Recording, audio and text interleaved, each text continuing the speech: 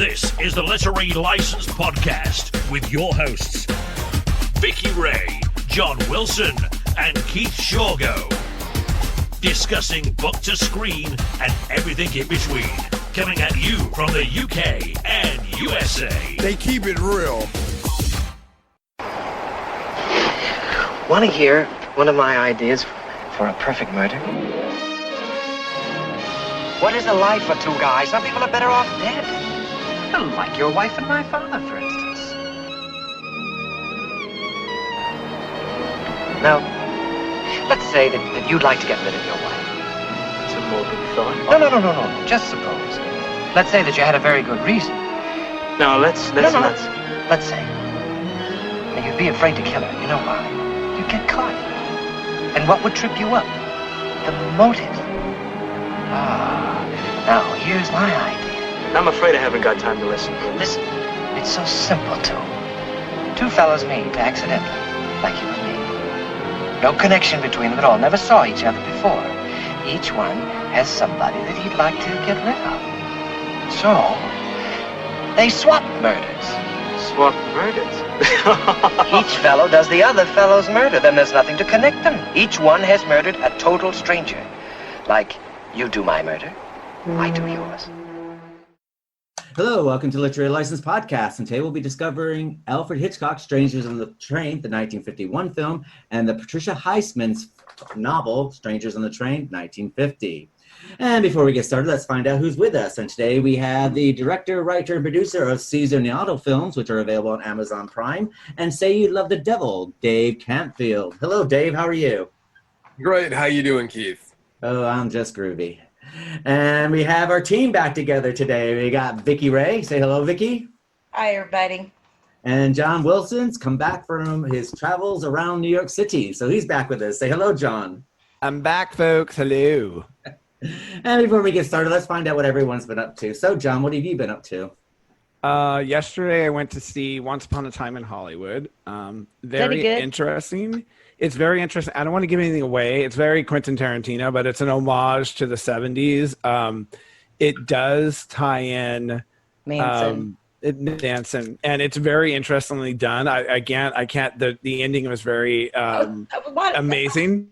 I was going to say, ending, does it have any fact to it, or is that all artistic license? Because I saw they had Sharon Tate, and then they tried to. Yeah, it's sort of built around a fictional mechanic of, like, fictional characters meet real people, but the scenarios sometimes are fictionalized, so it's left to the imagination, right? So I kind of was like, wait, I don't know that much about everything, so I kind of want to go back and research some of it even more, because I'm like, they fictionalize some of it so much that it's fiction, but then there's parts of it that you're like, oh, okay, yeah, this is real to life, like Sharon Tate, and then the relationships there around her. But it's actually was pretty good. I mean, it's a long movie. It's like almost 3 hours, right? And there's times when you're like, oh my god, this is just dragging on. But there's a lot of good, like, comedic beats. There's a lot of good sort of interaction between Brad Pitt and Leonardo DiCaprio and the characters and how their relationship works, because Brad Pitt is like a stuntman, and then Leonardo DiCaprio is this actor he's aging out, so he's basically in his late 30s, and back then it was like, oh, I'm old now, so I'm gonna start not getting the roles that I want, right? So it's kind of like what Hollywood was back then, and how he's trying to cling to this, like, how can I still be a famous actor? But he's always played the villain. So he's always played every Western he's been in. He's like the guy in black, right? And he's always like just hard ass, like, but it's a very interesting film. I will watch it again just because to get some of the referencing, but like, it's Tarantino. Like, I'm not a huge fan of Tarantino. I appreciate him, but I'm not a massive fan of his. I love his camera angling, and all of that is like amazing. So if you appreciate it from that standpoint, if you just kind of watch the scenes, you're like, wow, how is he getting these scenes, and how is he cutting to these scenes? Because it's almost like very meta. Like, at one point when he's acting, he's behind them acting, and so it's really interesting.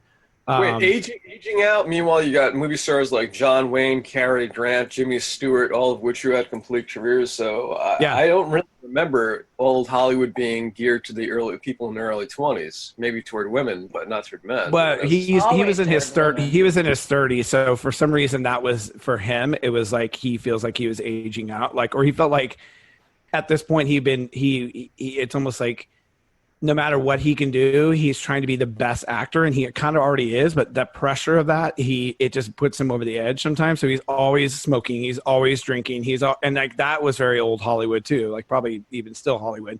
But I think you also have to look at during the time period of this film. It's also the Hollywood system is dying.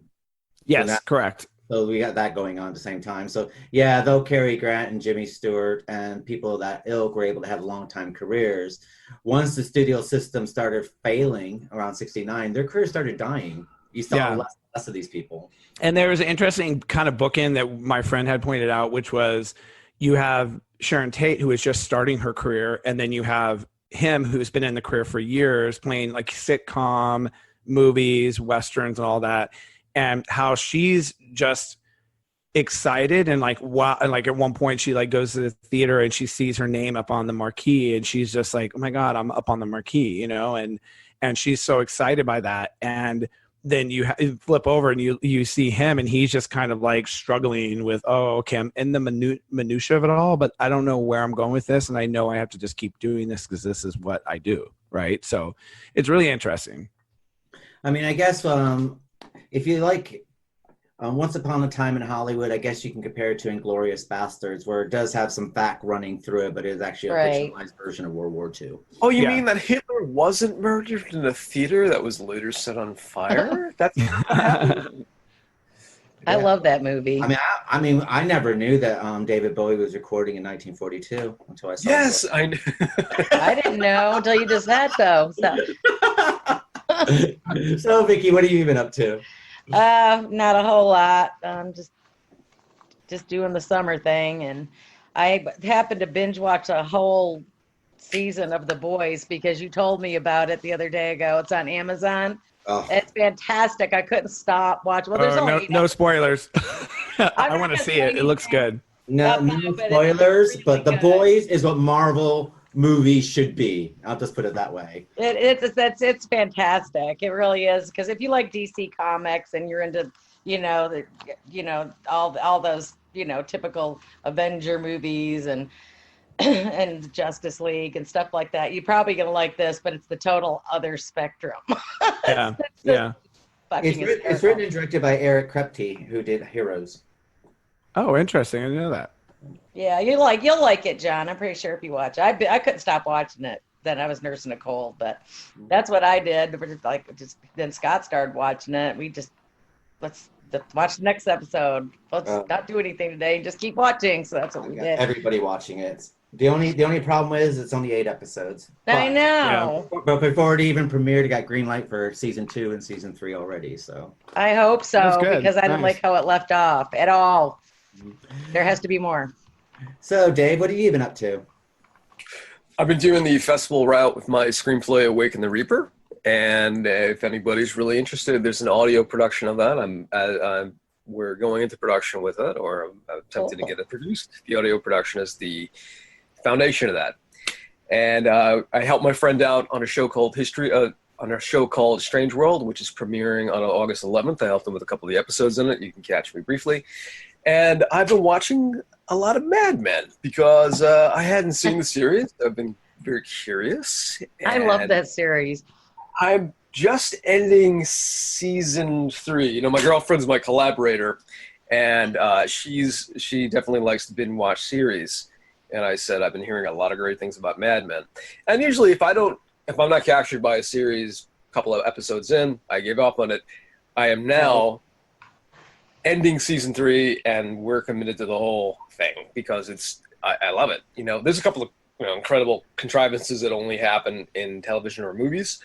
Other than that, it's up there. AMC was the king of the anti-hero because Breaking Bad, Mad Men, both simultaneously on the air, talk about anti-heroes. Yeah. Yeah, exactly. And myself, I finished watching Animal Kingdom, which is just a fantastic series. I highly recommend it with Alan Barkin. And yeah, I mean, it kind of blew me away. I'm now in the middle of season 4 because now that's airing in America at the moment. So I'm watching that on my website, which I can't name for. I know which one it is. And I know when you did it too. Yeah, but it's fantastic. I mean, Animal Kingdom, I highly suggest it. It is one of the best things I've seen. It's based on an Australian film that won a bunch of awards worldwide, and they made a series out of it. They kind of rooted it to America, but it actually was based on a true story. The film was, so, but it's very, very good. They probably deal with issues that you would never think of ways to go. I mean, it actually turns one of their gay characters into something quite human for a change. So that was quite nice and evil. So that was quite good. And then, of course, I've been continuing finished watching my reality TV programs with my other half. So we finished, Real Housewives of Beverly Hills, and what a bunch of bitches they were. Yeah, I know. But hey, now I got the summer free. So unfortunately, I got spoiled because I did watch The Boys. It's one of those things that was thinking of what to watch, and I started watching The Boys on Amazon Prime and loved it, but it did leave me with a hole because now I'm trying to find a great thing to watch at the moment, and I'm coming up kind of. Oh, it'll come up. It always does. Yeah. So, but besides that, that's all I've been up to really. 9 to 5, finishing off. This is for our listeners out there. We're finishing up season 2, so we got about 3 more episodes. And then we'll be going into season 3, which will come with more details on our season finale, which will be later on this month. Before we go into Strangers on the Train, the Patricia Highsmith novel from 1950, we have a special PSA from Eli Roth and Joe Romero. He's an ocean cinematographer about saving the sharks. Hi, I'm Eli Roth. And I'm underwater cinematographer Joe Romero. We're here on behalf of our friends at Shark Allies. There's a very important moment happening right now in Florida legislature, and we need your support. Florida imports and exports more shark fins than any place in the country. And there's a bill on the table to ban it completely. Shark finning is illegal in the U.S., but the shark fin trade is not. It's only illegal in 12 states. Florida will be the 13th state out of all 50 to adopt the no shark fin trade policy. Even though the shark finning is illegal, the trade is actually driving more illegal activity. If we eliminate the trade, we can eliminate finning. We lose an estimated 100 million sharks a year. It's 11,000 sharks an hour and 3 sharks a second. No animal can keep up with that. That's mass extinction. Go here and sign this petition and let your voice be heard. And follow our friends at Shark Allies. Whether you are from Florida or not, we need your help. Let's ban the shark fin trade completely. Hello, welcome back. So make sure that you support those sharks. The website and everything will be in our show notes. They do mention it there, and I suggest all you have to do is sign the petition because sharks are becoming an endangered species due to the fin trade. If you did not get enough information from that, I guess the best thing to do is say that at the moment, fins and the sharks are being cut off the fins, and then the sharks are being put back in the water and they're drowning to the point that 98% of all sharks population from the last 5 years is now diminished. So we suggest that everyone sign that. All for stupid stuff too, vanity project and. Yeah, well, vanity soup, like people are making it as a delicate. Soup. I mean, why? What's the point? Well, apparently it has magic powers or whatever like that. Probably the same thing that they do with most things. So what I suggest everyone do, and even though this is the Florida legislation, they're looking for as many petitions as possible, and then they're going to widespread this across the United States. And then once they start that, then they will start in other portions of the world. So get your signature in there now. Help do a great cause. It's not costing you any money, and it'll take 2 minutes of your time. So for no further ado, let's get into Patricia Highsmith, Strangers on the Train, the 1950 novel. So Vicki, before we get into it, do you want to do a quick synopsis? Yep, I'm ready for you this time. Okay, Strangers on a Train is a 1950 novel written by Patricia Highsmith. And it's about 2 men whose lives become entangled after one of them proposes that they trade murders. It then goes ahead. One of them goes ahead and fulfills his end of the imaginary bargain, leading to fatal consequences for both. Well, but I guess before we get started, I guess we should give a little bit of information about Patricia Highsmith. Patricia Highsmith is one of these best-selling novels of she was born in 1921, but the 1950s to the 1970s, she was a best-selling novel who won tons and tons of awards. She was mainly known for her existential literature, is what she's mainly known for. And she was probably one of the first authors, and a female author at that, to actually have the anti-hero come to the foreground. She also made sure that the good and evil were very, very closely related, and there wasn't the strong sense that other novelists were doing at this time. She was an alcoholic, unfortunately, to the end of her days. She was a recluse. She was a lesbian. She said that though she did sleep with men, she didn't find them attractive. And she found women, though she did have a hard time keeping relationships. There is a homosexual theme into every single one of her writings that was buried. And if you think of the time that she was publishing, this was quite way ahead of its time, and she was getting away with it. She came out with one of the first lesbian novels to actually come out, called The Price of Salt in 1952. And it was republished 38 years later, called Carroll, which they made a movie out of it in 2015. It was up for a bunch of Oscars. Yeah, it was actually a great movie. I mean, I guess what most of our listeners would probably know her from is probably The Talented Miss Ripley and the Ripley novels. What's also interesting is at the moment, the Ripley novels are all going into a TV series, and Ripley's coming back to, I believe it's going to be either Amazon Prime or Netflix. I know they're shopping it around at the moment, but it should be out in 2021. So and as far as the novel is concerned, when the novel did come out, it was a huge bestseller. What's interesting is the novel came out in 1950, which we're going to be discussing the novel, and then later we'll be discussing the Alfred Hitchcock 1951. The reason why we are doing a definite division here is because the 1950 novel, there's a lot of differences in it that we're not able to put into the film due to the Hays Code. But we will cover The Strangers on the Train, the novel. So, Dave, anything you want to talk about The Strangers on the Train, the novel? It certainly is different than the movie. I would say that the movie very much is one of the few examples of something improving upon the book. The novel, I don't think it's quite as strong. I think, I was doing my term paper from college was on Strangers on the Train, and I was comparing and contrasting the movie. And I feel like when Raymond Chandler, Hitchcock came along, they reshaped the story. I was an architect, and Bruno was younger than Guy. The dynamic was inverted, rather than Guy being the junior to Bruno's senior. And I don't think it's a great bit of storytelling, but it certainly, I think it was probably in its time very controversial, very daring, and not quite in line with the Highsmith work to follow. I think that Ripley's Talented Miss Ripley holds up quite a bit better than the novel of Strangers on a Train. I liked the book but a whole lot more. Well, I liked the movie too, but I liked the book because I liked how it got into the Bruno's character, like it got in his head, which you couldn't really see in the movie. That's why I liked it, because he was such a sociopath. You don't see that in the movie?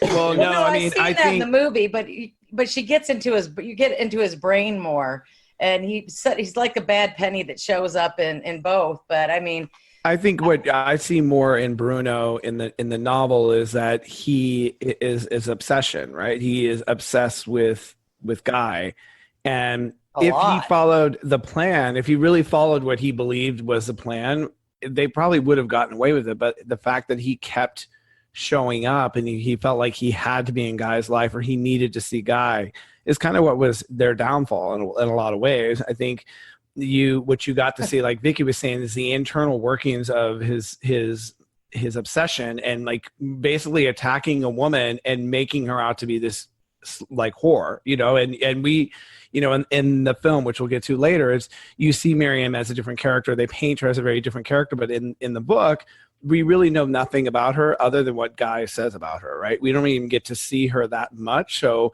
what he's building in his brain is like, oh, look at her flirting with these guys. I would never treat Guy like that, you know, and it's sort of the obsession, you know, and you get to see that build, and that's what I think I see more than what you see in the film, which is more cat and mouse, right? I'm going to play around with this, and I want to do something, and I want to ride the rails, right? I want to kind of be manipulative, and I want to manipulate people because I know I can, and it excites me. You know, I'm different.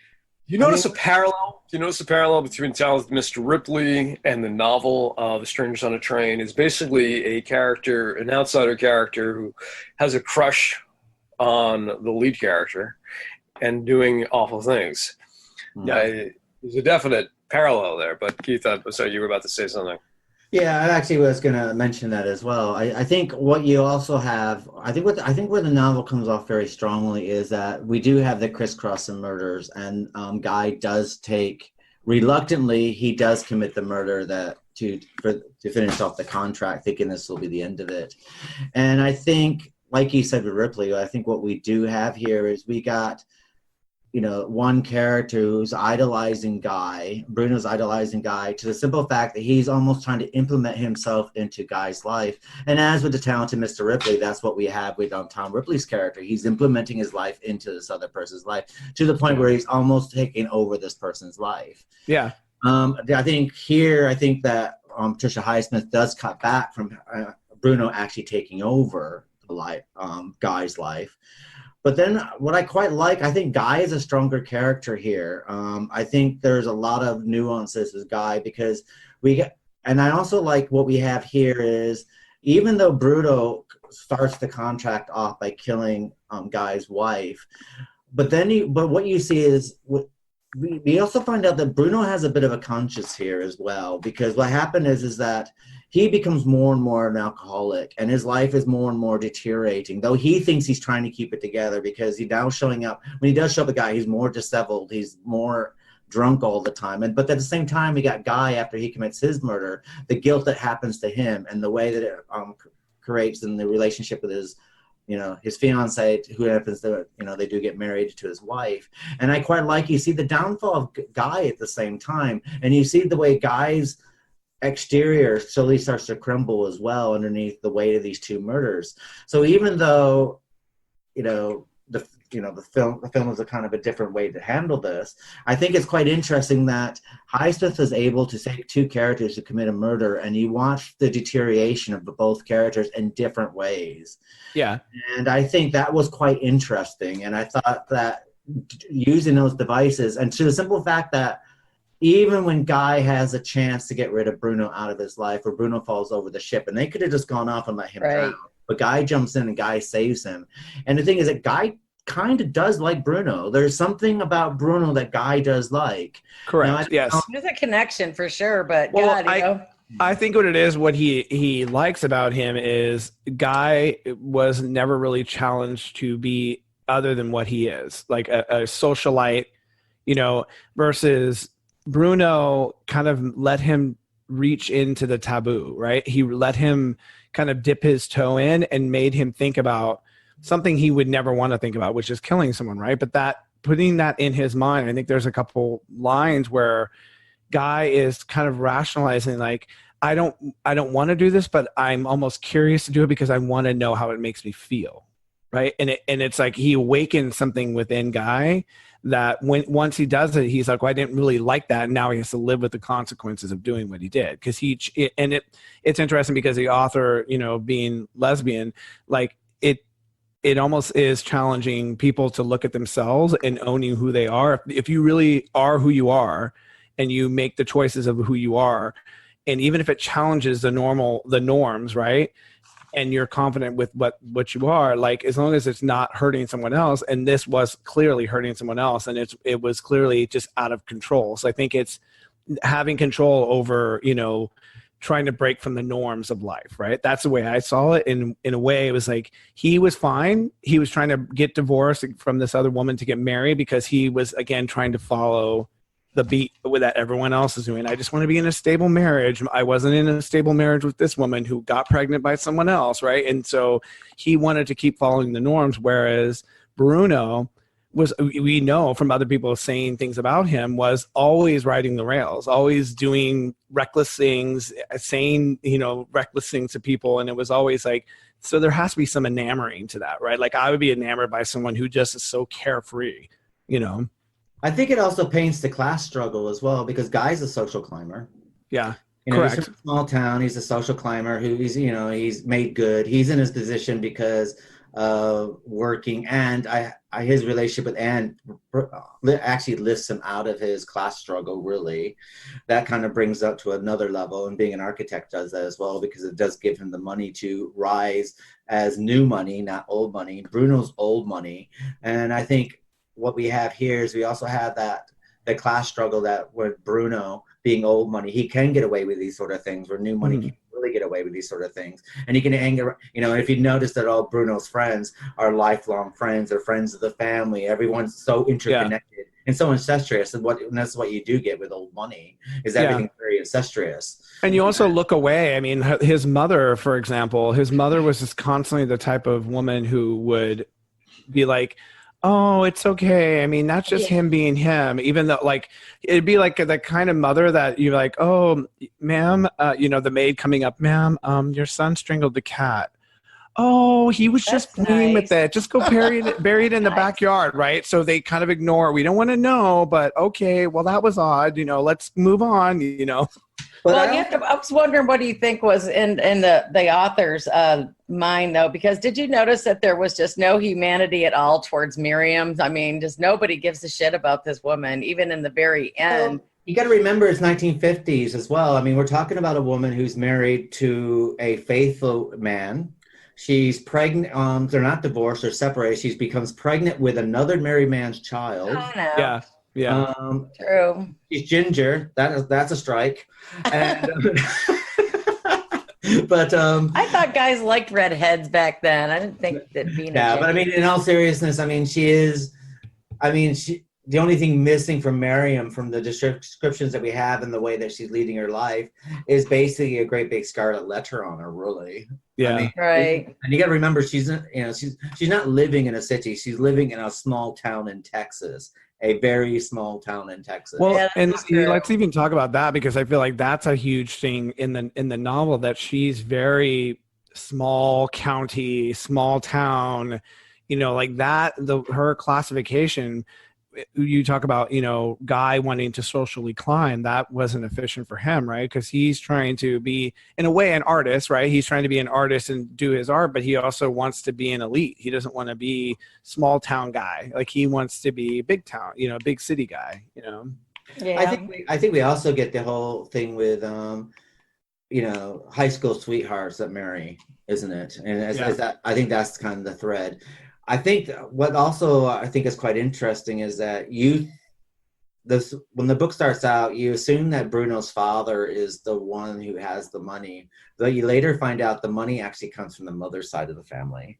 Yeah, which was quite interesting, I thought. Which I think another thing that's quite strange about this for a female author, and we've covered some female authors in the past, and I read quite a few female authors when I do my critiques of books, when I send those out, and I found the women quite strange for a female author. There's not a lot of depth to the women. There is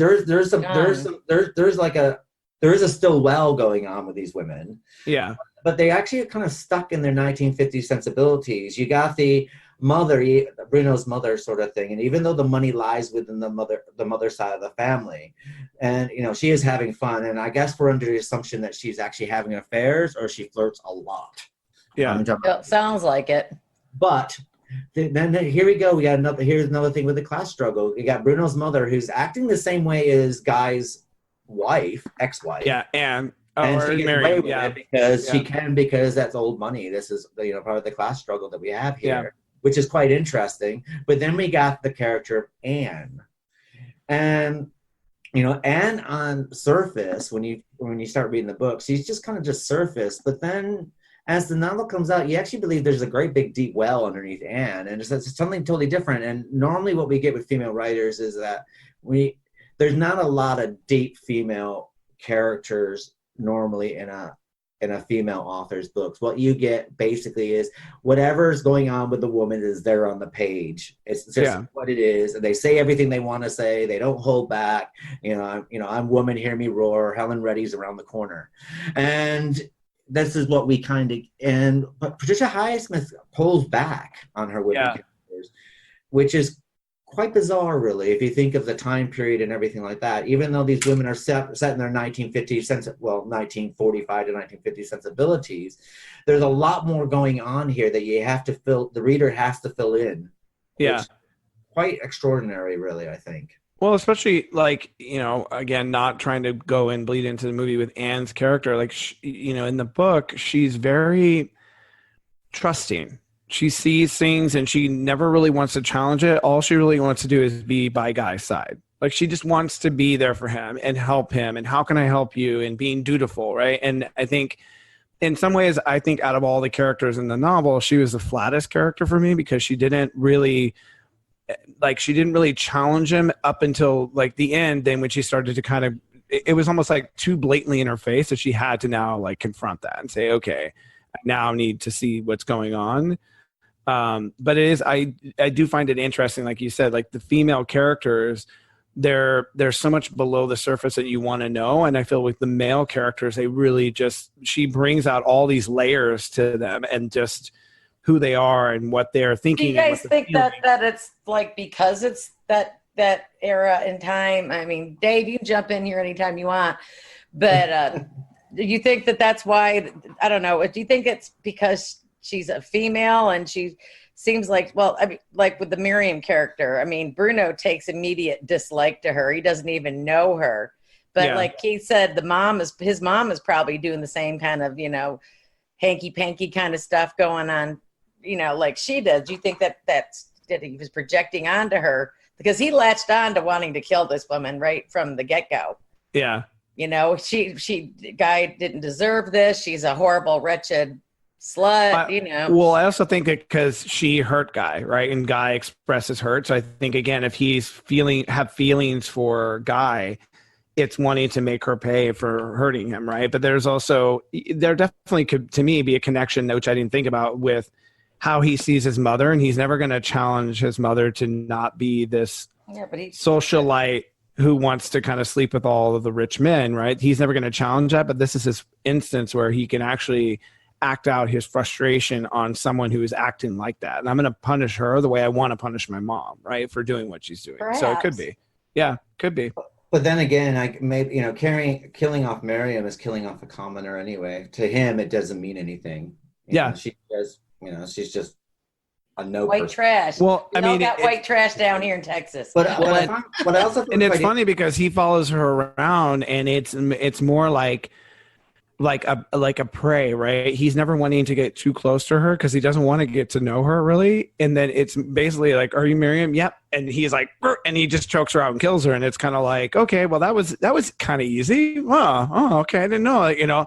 He, like you said, there was no and I think in the novel, doesn't he say something in his head like, well, it's kind of like when I killed, he killed something else, and he treated it like, well, it's kind of like killing a rabbit.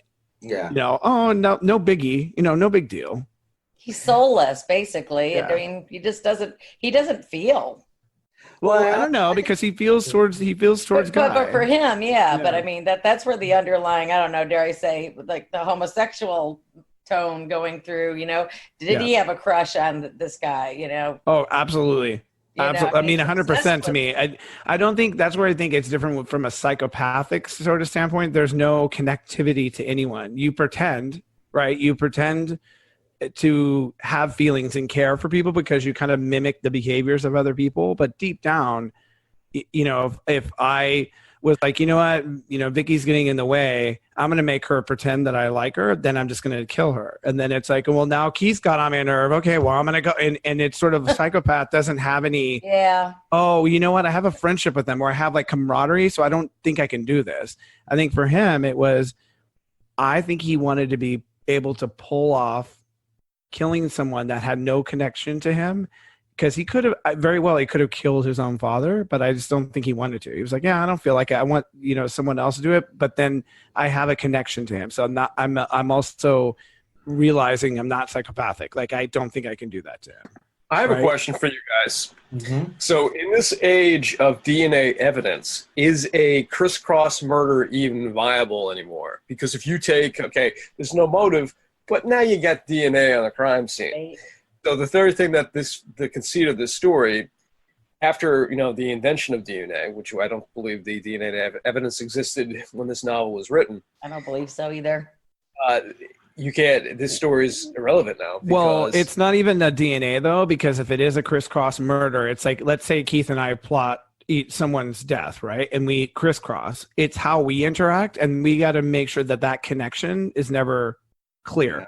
And in this day and age, it is very difficult because we would have to meet somewhere where no one would see us. There's cameras everywhere. We'd have to make sure no one would ever know who we are. We'd make sure that once we separate, that there's no connection. We can't email each other. We can't call each other. So could you get away with a murder? Yes. And the detective would probably be like, I don't know why this person killed this person. We never will know why.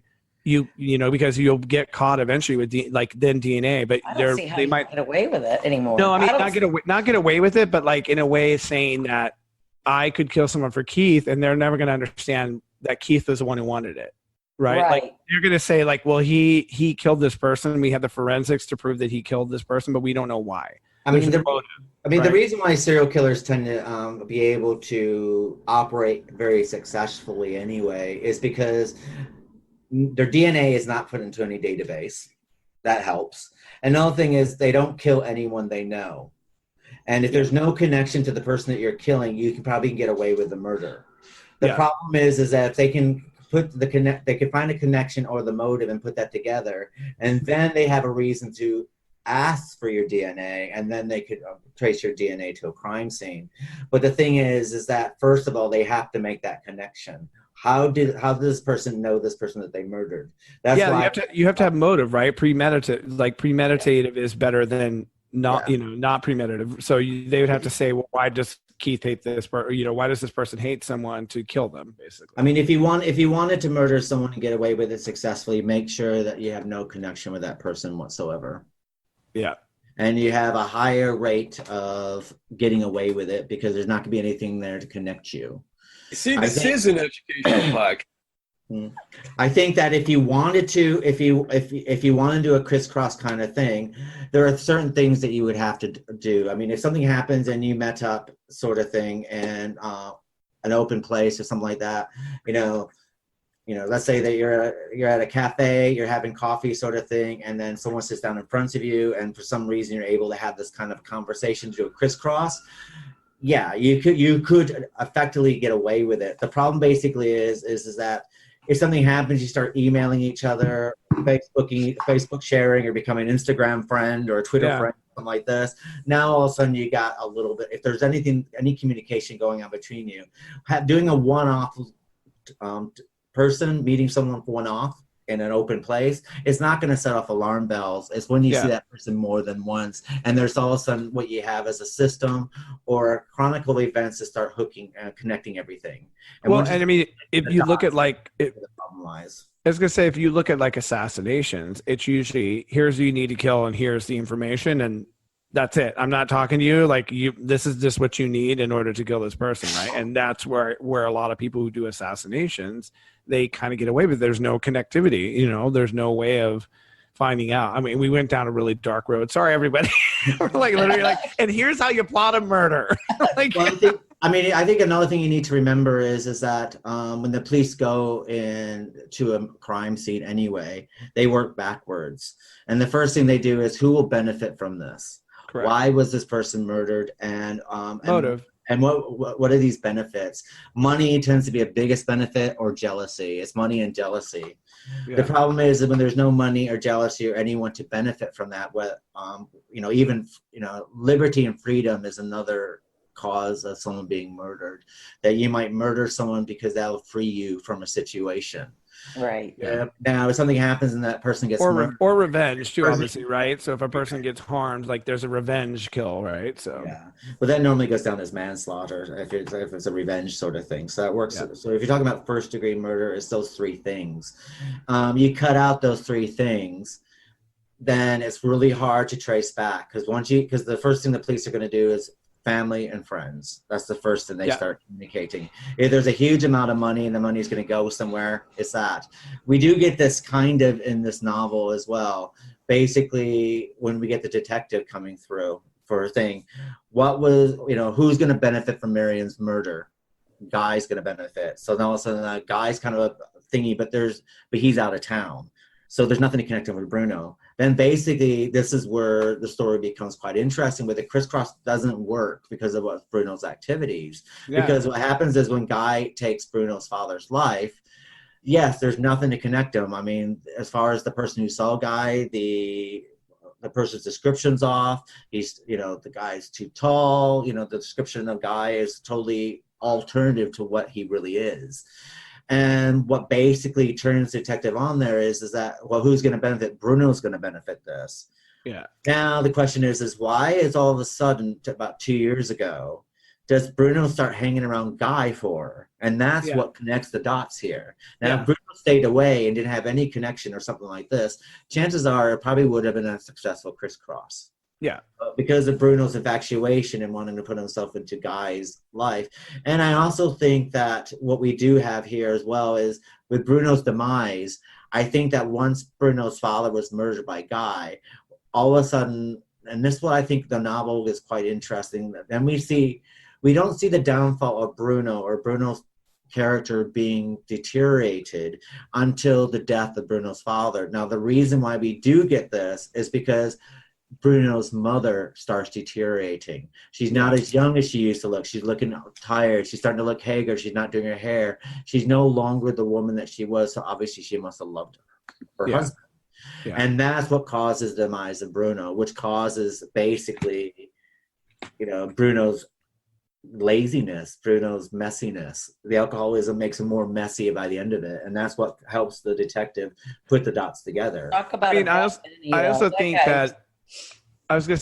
that it's also Guy thinking I fulfill the contract, right? So we and I have nothing to do with each other anymore. I'm done, right? I'm done, and he even threatens him, like, I'll tell that actually did him in as well, because he threatens to tell Guy with, I'm going to tell everyone, and like his, and get to know, the detective gets to know, like all these people are getting notes, so that has to signify something. And you're like, now, okay, we were kind of thinking it's you, and then we were like, not, now we are thinking it's you, right? And so, I think his downfall also was just Guy finally saying, I don't need to talk to you anymore, right? Like, I'm just going to reject you. And the more he kept coming and rejecting him, the more angry he got and the more deteriorated he just started to lose his mind, I also think it's quite interesting that the novel paints as well is the 7 degrees of separation that we have here as well. Yeah. Because once the detective is able to figure out what the motive was, as soon as he could figure out who's going to benefit and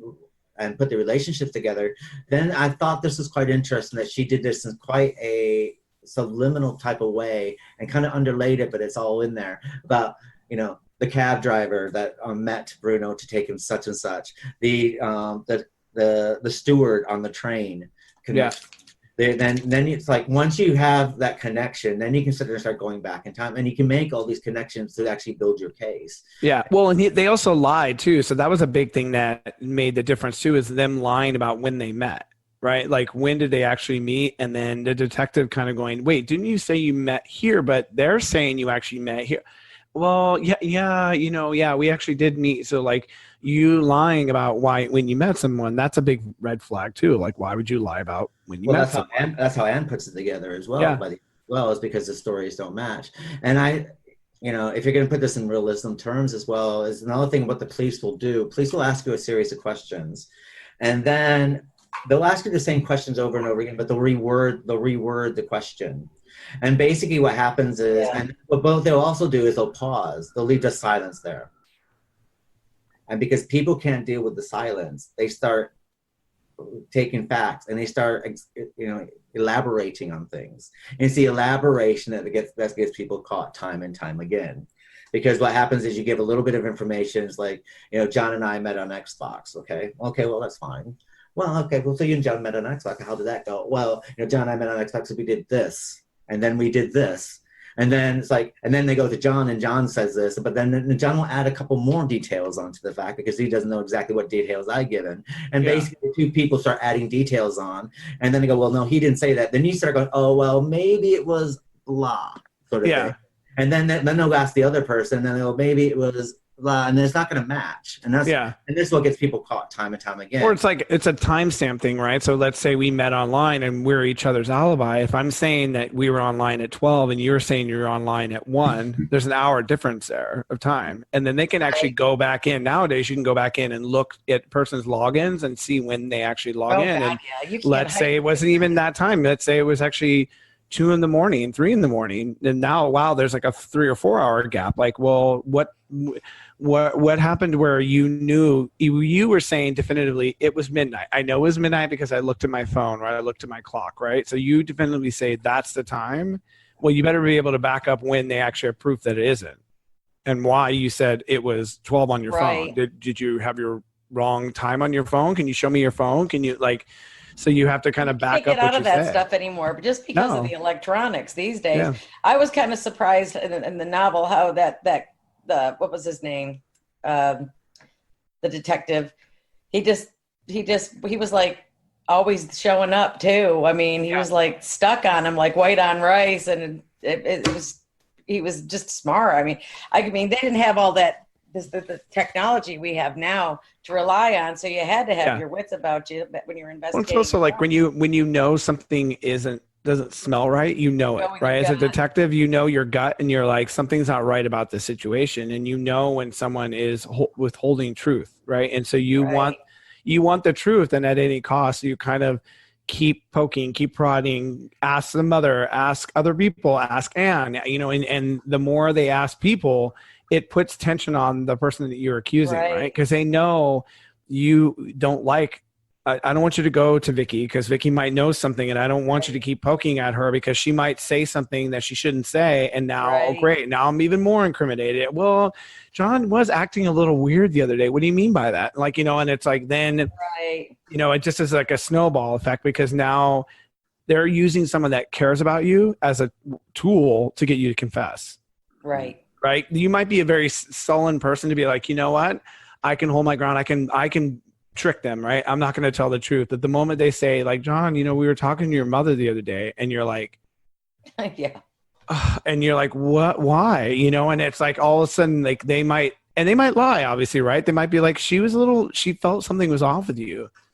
And you said this to her, and that just makes you break down a little bit. It cracks you, and you're like, oh crap, and you end up saying something you shouldn't, and then that's how you get someone to confess. So I think also what you also have to consider is like you and I can have our stories, and we can get our stories straight, and we can match our stories. But the problem is you also have to remember that no man's an island, so you have everyone around you. And how are they going to substantiate your story? I mean, it's a bit like when Bruno shows up at Guy's wedding. And it's like, how do you know Guy? Well, no, I don't remember. It's like, oh, we met. I can't exactly remember what exactly Guy said. Guy says that we met at such and such place. And one of the best men goes, no. I mean, I knew you then. I never remember seeing Bruno here or anything like that. And so then you also have this going on, which is, that you got to make sure the people around you can match your stories as well. Yeah, exactly. And if you're not able to do that, then you pretty much dug yourself a grave. And that's probably why a crisscross murder would be quite difficult. I mean, even back then, but I mean, today, of course, as you know, almost impossible now. Well, I think you could do it, but you're going to have to be very, very smart about it. And if I do a crisscross murder and I do it, let's say I'm on the tube with somebody and I'm sitting next to someone on the tube or on the train sort of thing, and we do it to a certain fact that no one overhears us, and then we never talk about it ever again, and we just do it. Right. We probably can get away with it, but I think what Patricia Highsmith does in this novel is show that it only works if the person does become infatuated with you. Yeah.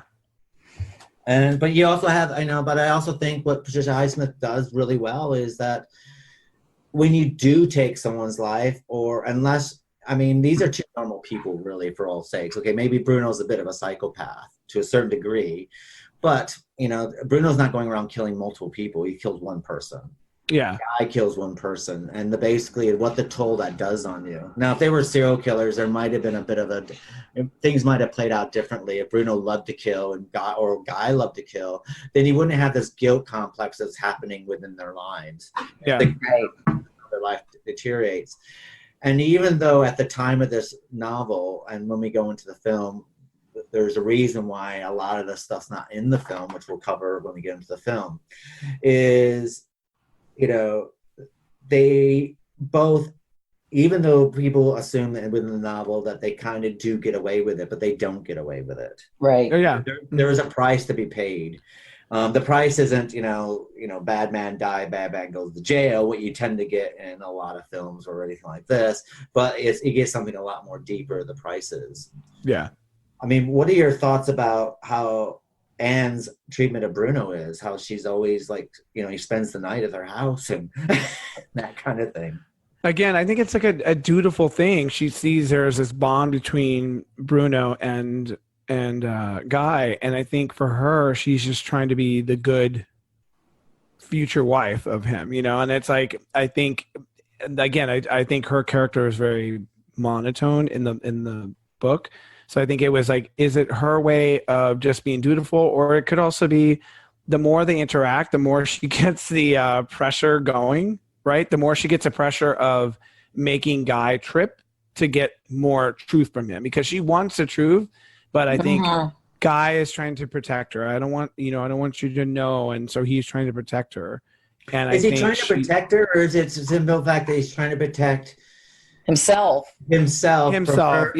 For her not looking at him and correct. I don't think he wants to diminish how she sees him, right? And I think he also reminisces about the relationship he had with Miriam, and like how, in a way, it's like something changed about her with him, and he doesn't want that to happen with Anne, and so he's very cautious with her. Like, I don't want her to feel indifferent to me, right? I found what's quite interesting in this novel for the 1950s is that Anne and Guy have sexual relations before marriage. I thought that was quite interesting in the time setting and stuff like this. I also quite like, and I quite like that, this is Patricia Highsmith's first novel. And of course, at the same time, we did cover a book that was written around the same time called The Bad Seed. If you remember that. Right. If you remember how the characters in that are, and then they compare it to the characters here. And I think that Patricia Highsmith and then Shirley Jackson's another one. You can tell the differences about these female authors that are coming out at this time. Yeah. And I think that how they take more risks. There's a lot more risk taking with these characters. There's risk taking going on with the circumstances. There's risk taking in the sexuality part of it, if you want to put in there. But it's all done very, very intelligently. Yeah, I agree. The Haunting of Hill House is, a couple years later, with, I want to say Claire Bloom, but I can't remember the character's name, who's a lesbian in it. Oh, you mean Theo? So you got Theo's character as a Theodora. And the way that's portrayed in the novel, and you got to remember the sexuality in this is portrayed the same kind of way, which is very, very clever. So I think that it's one of these things that it's there, it's blatant, but yet it's not. Yeah. Right. Which is quite interesting. I think it's an interesting way that these women writers from the 50s were really being able to take things and take what, writing at this time, you got to remember, was a huge man industry. There's very few female, and same thing kind of today. I mean, females tend to write like female books, books for females sort of things, which tend to be like, they might be a murder thriller, but it's always like, some mother who's fighting to get her kids back, or it's more of a drama thriller than an actual like most existential, I guess. Most and less fiction, like they're more like male like fiction and nonfiction, whereas this, I think her being a fictional female writer is very like, again, you're gonna maybe write a book as a woman to talk about life, like nonfiction. You're going to write something that's going to kind of connect with other women. This is more of a fictitious story that, as a female writer, I could see you really are getting to kind of express your own taboos in a way, and like being able to kind of express the what ifs. And I think it's interesting that she chose male leads in the story, because I think in my mind, like, what if it was two women plotting murder, and how that would change the whole context of it, right? Because they're now going to be viewed throughout the story in a different way than what men would. That's another thing, is the oversight that two men can get away with murder, and sort of, yes, there's a detective in kind of trying to pursue what the truth is, but imagine if it was two women who did this. It has a product of its time, correct? And I believe because women were not as able to do as much as a man could circa 1950, that the writer, as a female, probably felt limited in the things that they could do. Yeah. So it's just a product of its time. Just ironically, the author happened to be female, but that could be a more interesting story on the page than two male protagonists, because it would have been a really fresh take. Thelma and Louise of the time period. Correct. Yeah. And I think it's also, typically women didn't travel alone to, like that type of thing. You had to travel with someone. So to get away with something would even be more difficult, right? You have to, now you not only have to have like a way of setting up a plan, but you also have to get around, which we will get into in the film. They kind of get around the trickery of it by trying to use an accomplice to help you get around certain things, right? So that would be a very interesting take, that like no one's really watching them. And I think you think in the book and in the film, they're able to kind of get away with it, because who's going to look at a guy doing this, right? But if a woman was out late at night walking by herself to an estate, ma'am, what are you doing? Where's your husband? Why are you out here doing this, right? So it's more closely looked at. Has anyone here ever read any of Patricia Highsmith's other books? No. No, I can't say. I've pretty much read her whole catalog. I'm a huge fan of hers. And it's funny, though, that all her books are male-oriented in a weird Interesting. So there isn't ever a female protagonist that's sort of like the anti-hero, Maybe it was bold time period. Maybe there was a degree of, for lack of a better word, sexism in terms of the average reader. I don't think that was the reason, because if you read Talented Mr. Ripley or any of the Ripley books, if you also read, Strangers on the Train, even with Carroll's probably the one that probably has a female character who's a lesbian but her men characters are always, the women characters are always very, very strong, and they're deep, and they have this inner strength about them, but they don't put their cards on the table. They're not boasting or anything like this, and they're the ones that put everything together in every single scenario. Well, here's the possibility. And they tend to be in the shadows, where the men are all flawed. Every single man in her area is flawed. They tend to get away with things, but they tend to get away with the things not because of their intelligence or because they're very smart, but due to plain luck half of the time. Yeah. Well, the females in Strangers on a Train don't seem particularly deep. But I think it has a lot to do with Patricia Highsmith. The novels that she was attracted to and probably reading had male protagonists, and she in this particular genre. So she was doing her take on a successful genre without ever really breaking out of the conventions of it too much. She's like, she was probably raised on noir novels, and always had the male protagonist. So she just stayed she drew within the lines of what the genre allowed for it at that time. Yeah. Well, it was quite interesting. In the late 1950s, she did an interview where she says she occasionally engaged in sex with men without physical desire for them, but the male face doesn't attract me. It isn't beautiful to me. She said she tried to like men. I like most men better than I like women, but not in bed. Wow. That's pretty deep. Yeah. There's a lot going on there. Yeah, so maybe that's why. Maybe she I mean, maybe she's one of those women who just adores men, but I also think I'll have sex in a relationship with women, but as far as like the people I want to surround myself with, I'd rather surround myself with men. And I know a lot of women who are like that, rather surround themselves with men. And I know a lot of men who rather surround themselves with women than with other men. So I mean, I also think it's interesting because maybe she saw these taboos in men that weren't being able to be expressed, right? And their desires for things, their desire for other, right? And so it was her way of maybe an homage to some of these men who, just like women had to live up to a certain standards in the 50s, men had to be the man, right? Had to, do this for their family, protect and be masculine and overtly, so it's interesting that her stories kind of allow these men to be other, to be explore those other sides of themselves that they're just not able to do in the light of day. So I think, especially like Talented Mr. Ripley, I think it's such an interesting story where there's a connection that you see even in this novel where Guy is infatuated. He starts to be infatuated with Bruno. Like there's something that is about him that just he's curious. He wants to know more. And even though he's treading a very fine line, he can't help himself. And he's drawn into something. I mean, I think here's something quite interesting about her as well. Maybe this is the reason why the book's tone is the way it is. When she was asked in 1972 to describe herself, she described herself as a lesbian with a misogynistic streak. That's funny.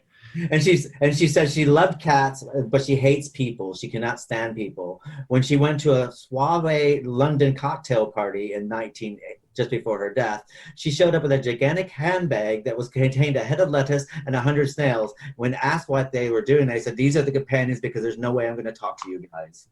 Oh shit!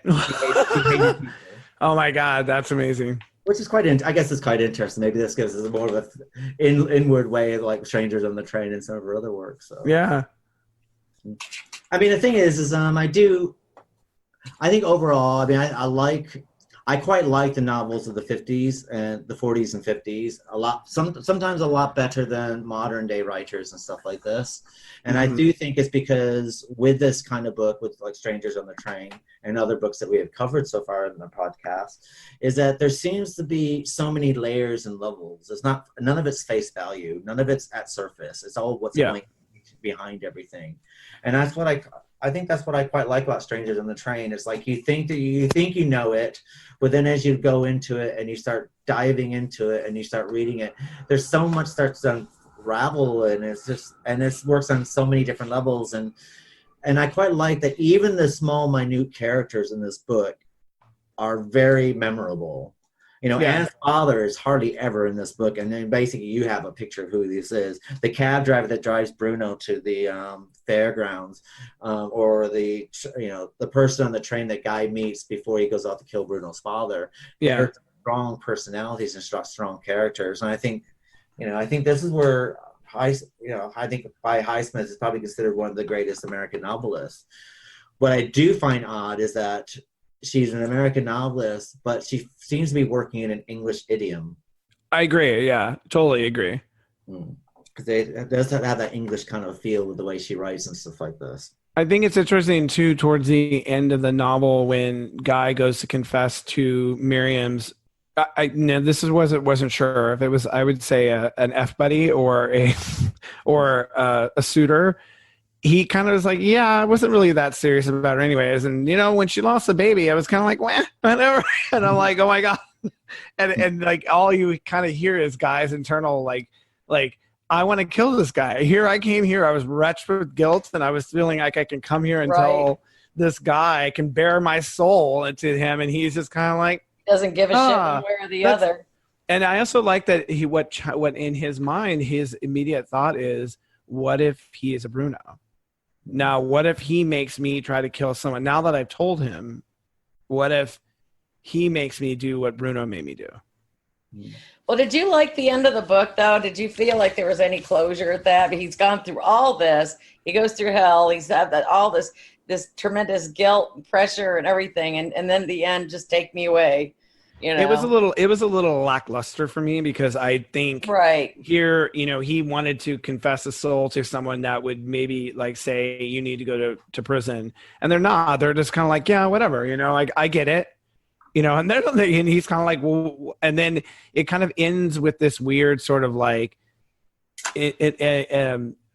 almost like Guy being so impressed by Bruno. Like he makes a comment, I can't remember what the last line is because they use it in the film as well. Like he was an interesting guy, interesting fellow.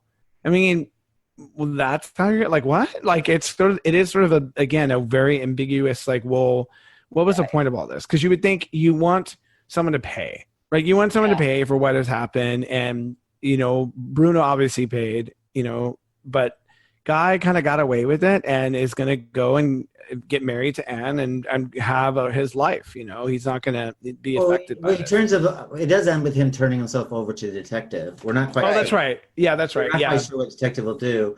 But, I kind of looked at it, the simple fact that Guy is always trying to do what's right.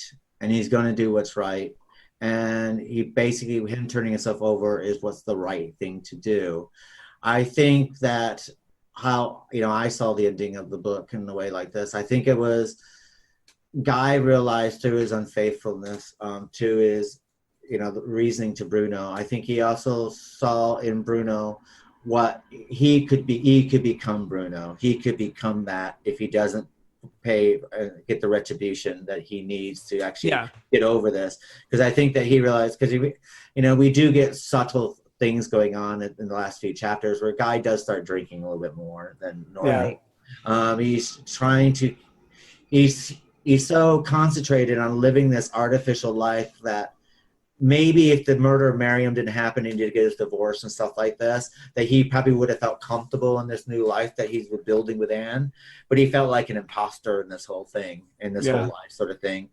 And I think that he admired Bruno because through Bruno's faults, at least Bruno was honest to who he was, where Guy was never honest who he was. True. And I think that with the ending is that once he goes off to the detective, what you got now is Guy can now accept him, pay society back for what he did.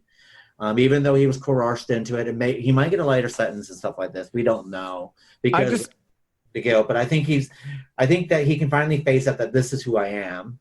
And with the faults and everything, he's no longer going to be the false guy. He's going to become a real guy. I don't know. I feel like a part of me, there's the thing that I didn't care for in the novel was that he was coerced to kill the father because it wasn't believable to me. Like, in the film, which we'll get into, it was kind of really, really well done and how they approached that whole, his internaling and like thinking about how he was going to manage the situation. This was almost like he just caved into it, and it was so clumsily done that he almost did get caught for killing someone. And I think it just didn't set well with like, would someone just do this because you're forced to do this? Like, it's one thing if like Bruno had Anne hostage, like literally was like, I have a gun to her head, if you don't kill him, I'm gonna kill her, right? Well, Bruno did, but in a way, Bruno did have a gun to Anne's head, and I think this is where I'm going to slightly disagree with you here, because the thing is, if Guy was the kind of person who faced up to his responsibilities and faced up to everything and stopped worrying about what everyone thought and stuff like this, he would have got divorced from Miriam. He would have been able to handle this thing, but he's wishy-washy all the way through. Oh, Miriam, I was like, I want to be with Anne, but there's Miriam there, blah, da, da, da. And then, and when asked why don't you just get a divorce? Well, I don't want to, da, da, da, da, da, yeah, right. Yeah. And if he took control of the situation after Bruno killed, all he had to do is be honest. I mean, all the facts were there. Bruno, there was to take him there. Well, that's another part of the country. He didn't agree to it. Well, that's my thing. Is again, there's holes in the novel version because like he could have very easily in the beginning went and just, hey, because he even also when he is told, but Guy's weak. But no, but I'm saying when Guy finds out, Guy doesn't in his mind put two and two together like, oh crap, it's this guy Bruno. He kind of was like, oh. What? And like he's kind of in shock, but then he's like, no, it can't be this, right? And then it's only when Bruno kind of confirms like, hey, I took care of this for you, it's all kind of like, to me, he is wishy-washy, but I'm just saying, like, that doesn't help the motivation as to why he kills his father. Like, it just doesn't. Yeah, but the reason why he did it, because he was hoping that if he killed Bruno's father, that it would all go away. Because Guy is always looking for the easy solution. He's not looking, if he was a strong person and made strong conclusions and made strong decisions, first of all, he wouldn't have been in a situation with Miriam. He would have come clean when they first found out, because there's nothing connecting him to this murder that him even agree. It was a he said situation. So, I mean, how are you going to prove that, this guy went and killed him because I told him to? There's no way to prove that conversation happened. The same way there's nothing to connect these two people until Bruno enters his life. He kills Bruno's father because and this is another person. Guy's not the brightest bulb in the pack here. Because I said he's slow on the take. Like, his brain just doesn't fire right. And the thing is, he goes, "Oh, okay, I'll murder Bruno's father, and therefore I'll never see Bruno again." It's like, really, and then of course that justifies everything. Where Bruno goes, "No, I'm not killing your father. I'm going to the police. This is what I'm going to do. I'm going to tell Anne what's going on. And they're all with me when this all happened, and we can sort this all out." The book probably would have been a short story about 5 pages. And I think that's why I think it works out, because for me, I think that's why Guy is attracted to Bruno in a way, and in reverse, because Bruno makes decisions. Bruno stands up for who he is. Bruno, he's the kind of person that makes decisions, even through the architecture of Guy's work.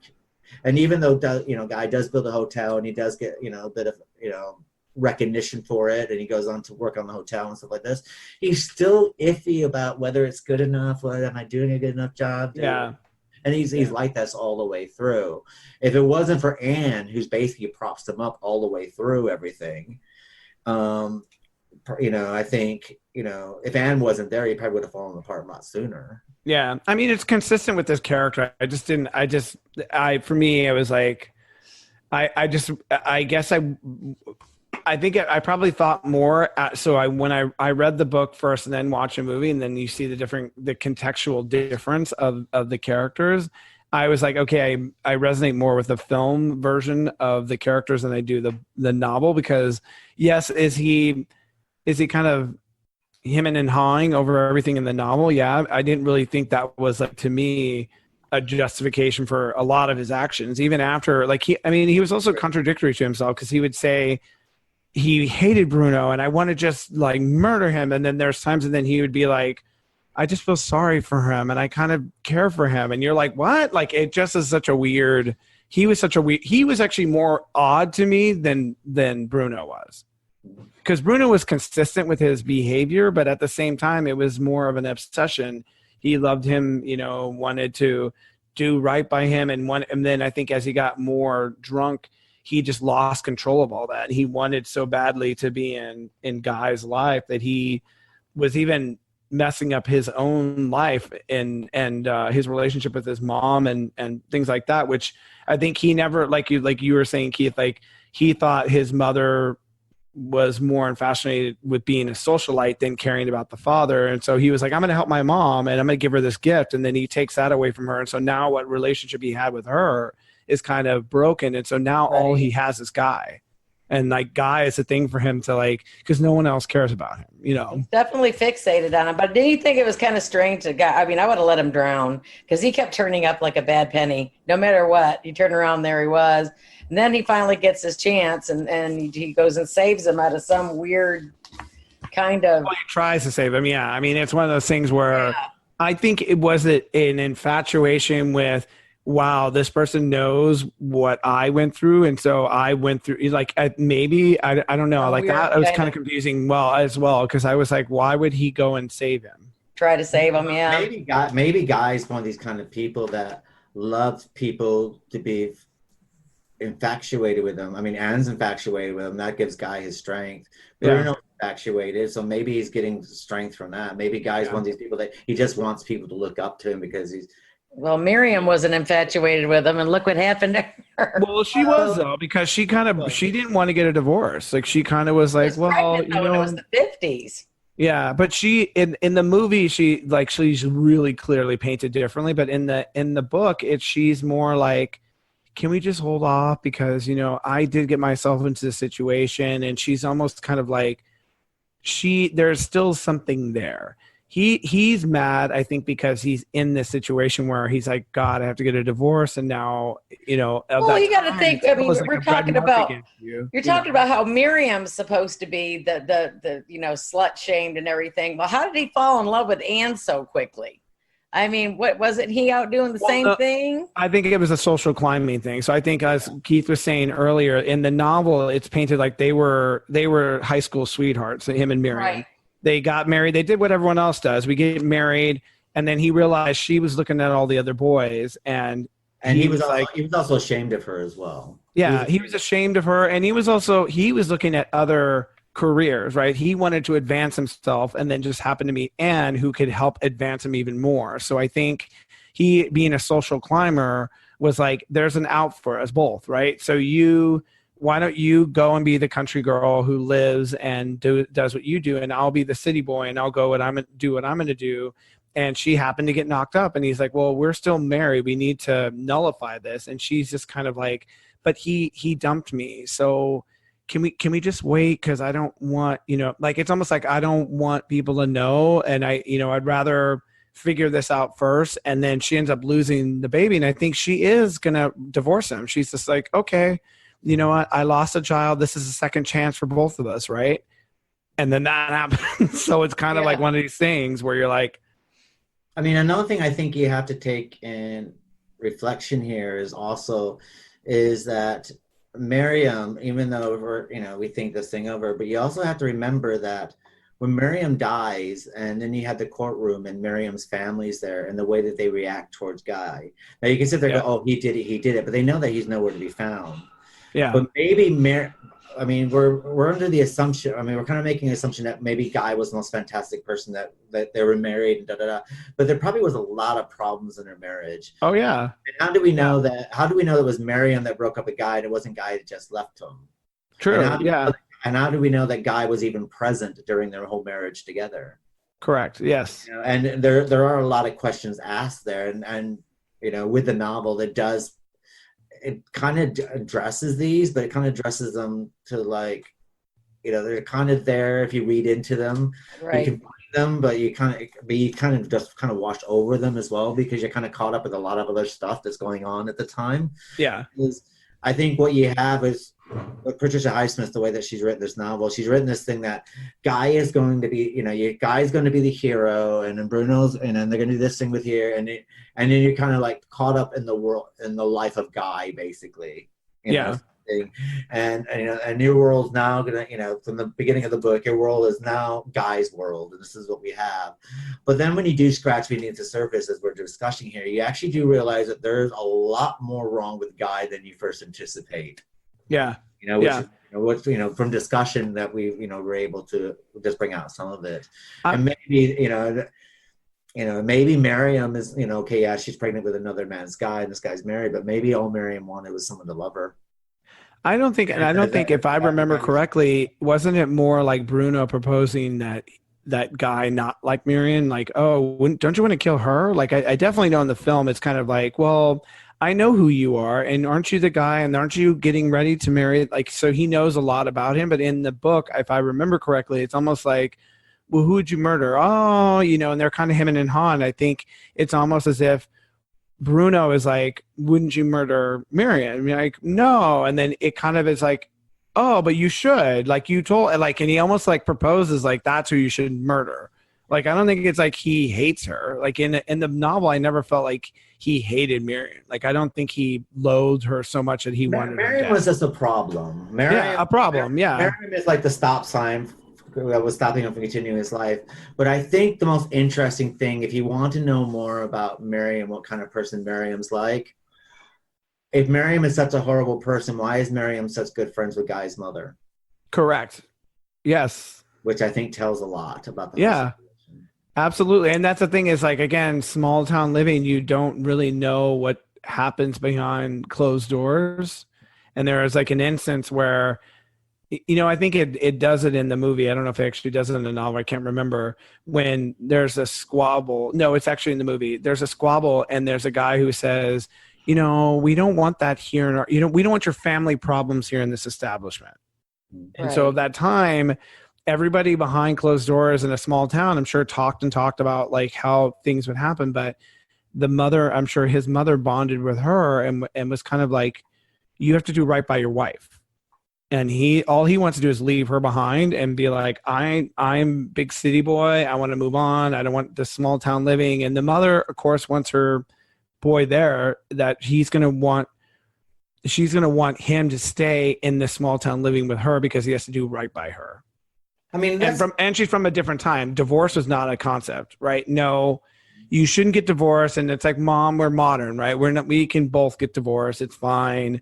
It's still taboo, but it's okay, you know? And I think the pressure, I'm sure, from his mother and from her were kind of like, well, maybe we can make this work. And I think there's a part of him like, nope, we're not going to make this work. You got pregnant by another man. We should just end this. I think Marion had a question of whether or not the guy doesn't want me, so maybe we should try to do this. And he's like, no, like it's someone else's kid, you know? And I think, I mean, if you want to put this in the modern setting, which is quite interesting if you want to look, you know, as a final thought for Guy and Miriam, is that Guy and Miriam get married out of high school. Guy goes to university to get his architectural degree. Who's supporting the family? Is it Miriam? Is Marion supporting her man? And then as soon as her man gets a bit of fame, and then he trades her in. And we get this every day with sports people or whatever like this. Oh, yeah, absolutely. A woman who's been with someone, you know, from the very beginning. And then, you know, that person all of a sudden graduates, becomes successful. They dump the person who worked with them there, and they marry someone who's going to bring them up the social ladder. Well, it's also, again, it's elitism, right? So if you aren't classy or you're not the same level of classy, it's like, oh, well, you don't understand, so I'm just going to part from you and I'm going to get a newer model that gets it, right? And then all of a sudden that's not good enough. And now you have to even go even higher and you got to keep climbing that ladder. And eventually it becomes like and they get younger and younger. And next thing you know, they're marrying a fetus. Well, and it's also, it's the exchange of revenue, right? So imagine you now are a millionaire or, you know, in this case, millionaire is a lot back then. Imagine you meet someone who is a socialite and it's like, you should meet my daughter because we should keep the money here, right? You know, I know you could take care of her and I could take, you know, so I think it just becomes a barter thing. So let's get to our final thoughts of the book. Dave, do you want to give us any final thoughts of Strangers on the Train, the novel? It's been years since I've read it, you know, and I read it for college. My memory on it is a little hazy. I'm very much looking forward to the discussion of the movie. It was a book that, like Jaws, in relation to the movie, wasn't quite as strong. It was more of a rough draft of what was to follow.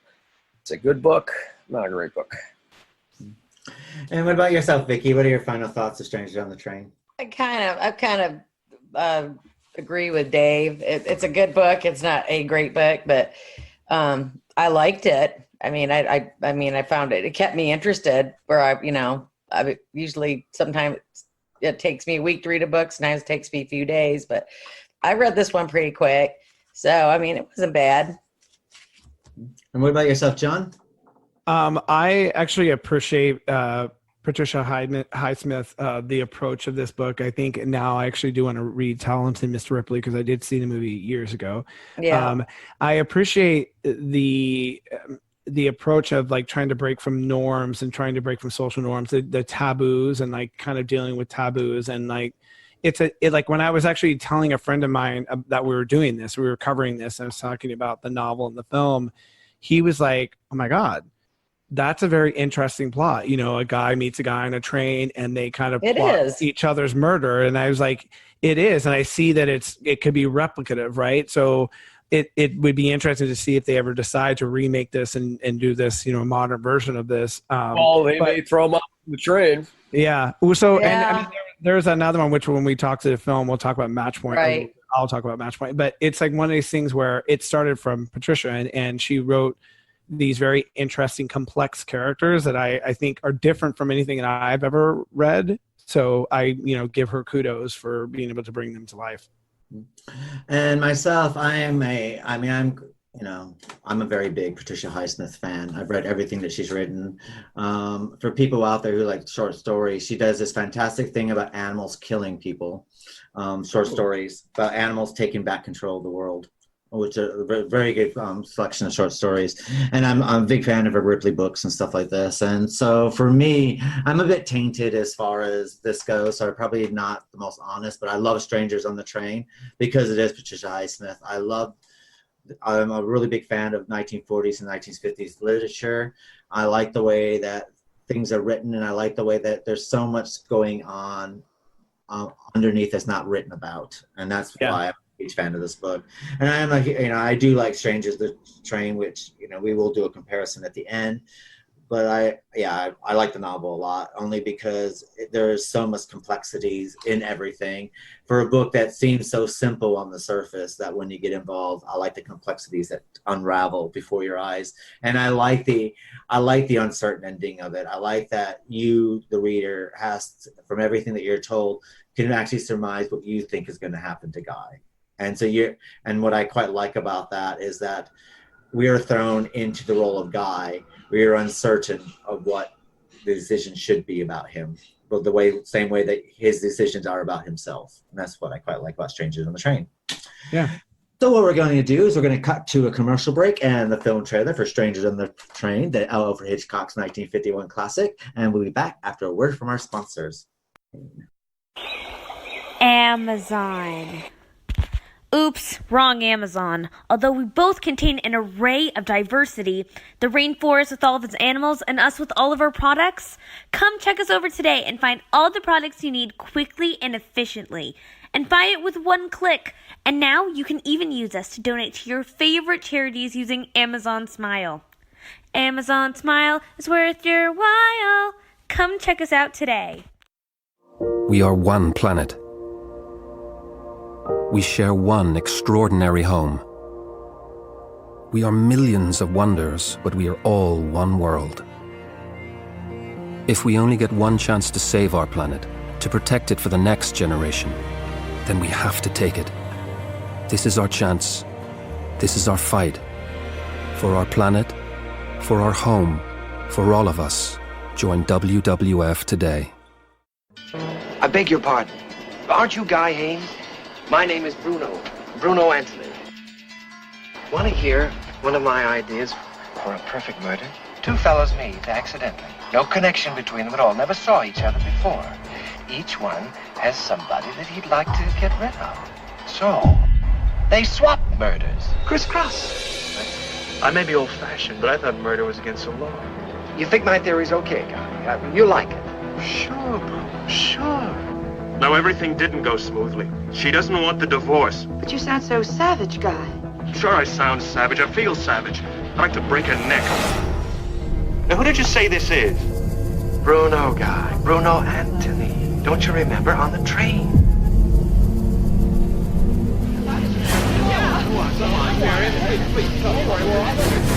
Is your name Miriam?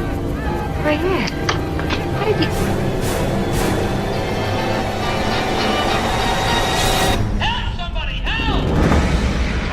Guy! Are you trying to tell me? Why, you maniac! But Guy, you wanted it. There seems to be no way of diplomatically breaking tragic news. It concerns your wife. She's been murdered. Miriam murdered? She was strangled. You're just as much in it as I am. We planned it on the train. Crisscross. How did you get him to do it? He's a maniac. I met him on the train going to Metcalf, and now a lunatic wants me to kill his father. Bruno, I've decided to do what you want. I still think it'd be wonderful to have a man love you so much he'd kill for you. Well, then am I correct, Mr. Haynes, in assuming that you have no intention of going ahead with our arrangement? None whatsoever. I don't like to be double-crossed. I have a murder on my conscience, but it's not my murder, Mr. Haynes. It's yours. I'm not going to shoot you, Mr. Haynes. I'll think of something better than that. Much better. Better keep on your toes. Something funny's going on. Guy Haynes is taking chances I've never seen him take. Excuse me, madam. I need your help. We're chasing a man. Haynes, hold it!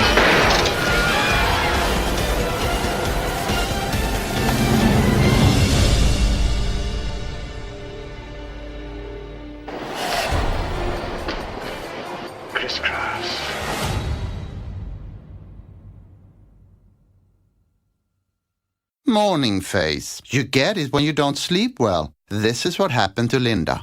Morning, guys. Good morning. Ah, what is that thing? It's me, Linda. Oh my God, it talks! Run! No, it's me, Linda from HR. It looks hungry! Save the children! Save them! What? Stay back, I've got mace! Ow, that went in my eyes. Quit moving! It's called beauty sleep for a reason. And there's never been a better time to get some. Get 20% off IKEA Sultan mattresses. IKEA, love your home. Hello? What's your favorite scary movie? I have a bunch of favorite movies. I watch them all on Shudder.com for only $4.99 a month. That's a scary low price. But if I had to pick a favorite, it'd probably be Scream.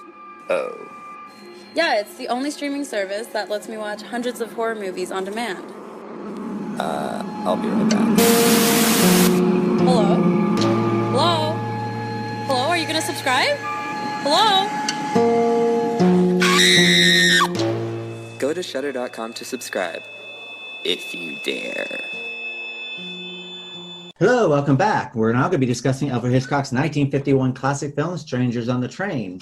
Interesting things about Strangers on the Train. This is one of Alfred Hitchcock's top 5 films by critics, who thinks this is one of his best, though Alfred Hitchcock thinks this is one of his worst films. He didn't like this version. He didn't like the, in quotations, British version, which is basically a premiere version. The premiere version never showed in Britain, but it is considered the British version, which is slightly different scenes and slightly different subtext. Can I say something? Yeah. Filmmakers sometimes revel in irony. So Hitchcock was like, one of my best films is The Trouble with Harry. I never want to watch The Trouble with Harry again. This is one of his best films. He's just being weird. He's just, by saying this is one of his lesser films, which critics clearly disagree with, he's just trying. He's looking at it from a different perspective. It's like Lucas looking at the original Star Wars without the special editions added and saying that I'm not very proud of it. It really needed this other stuff to put it over. It's an okay film. And then when he has the special editions come out, this is the film I always wanted. Meanwhile, in the audience's eyes, it's lesser than what the original film was. So he probably had some strange standard, something never quite connected. He never got one camera shot he wanted. And for all of that, he writes it off as no consequence, when in fact, for me, it's easily the top 3. You know, I think the reason why, from what I was reading, the reason why he was not armored, I think that he had restrictions put on him for this film where he didn't normally have restrictions on other films. And I think he wanted to stick more closely to the novel, and he wanted Guy to commit the murder, and he couldn't do that because of the Hays Code. And I think would that be more like in the direction of Vertigo? It's like, hey, we're being shocking for the sake of being shocking. I think with him, I think he liked the story of. I don't think he liked good over Trump's evil. I think he likes the middle ground. You know, it's like because you would see that in Psycho and his other things, where even the good man's not exactly good. Yeah, and I think here he was forced to make Guy all American and good. And I think that's probably what rubs him up the wrong way with this film a little bit. Yeah, and that doesn't affect the film in any negative way. I feel like. I think it's just the way I'm talking about. This is just his view. I think that, you know, if he was able to do it the way that he wanted, would it have been a better film, or would it have been a worse film? I don't think it would have been a more European film. It would have been a more daring European film. Would it have added up to be a film? Not necessarily. It might have even been a lesser film if you got to do that. Yeah. So it's really hard to say, but, you know, it's quite interesting that, you know. He might have had something to do with, you know, Farley Granger. Farley Granger is clearly not a Jimmy Stewart. He's sort of like 1950s answer to Hayden Christensen. My buddy and I were watching this film a few years ago, and he's like, he's got a real Hayden Christensen quality to it, which is sometimes he's on, sometimes he's off, sometimes he's kind of awkward and never quite convincing. You know, he's better here than he was in Rope. It's kind of amazing that Hitchcock recast him. Maybe that was a studio decision, but he's not, you know, at the level of Tony Perkins or his usual leading man.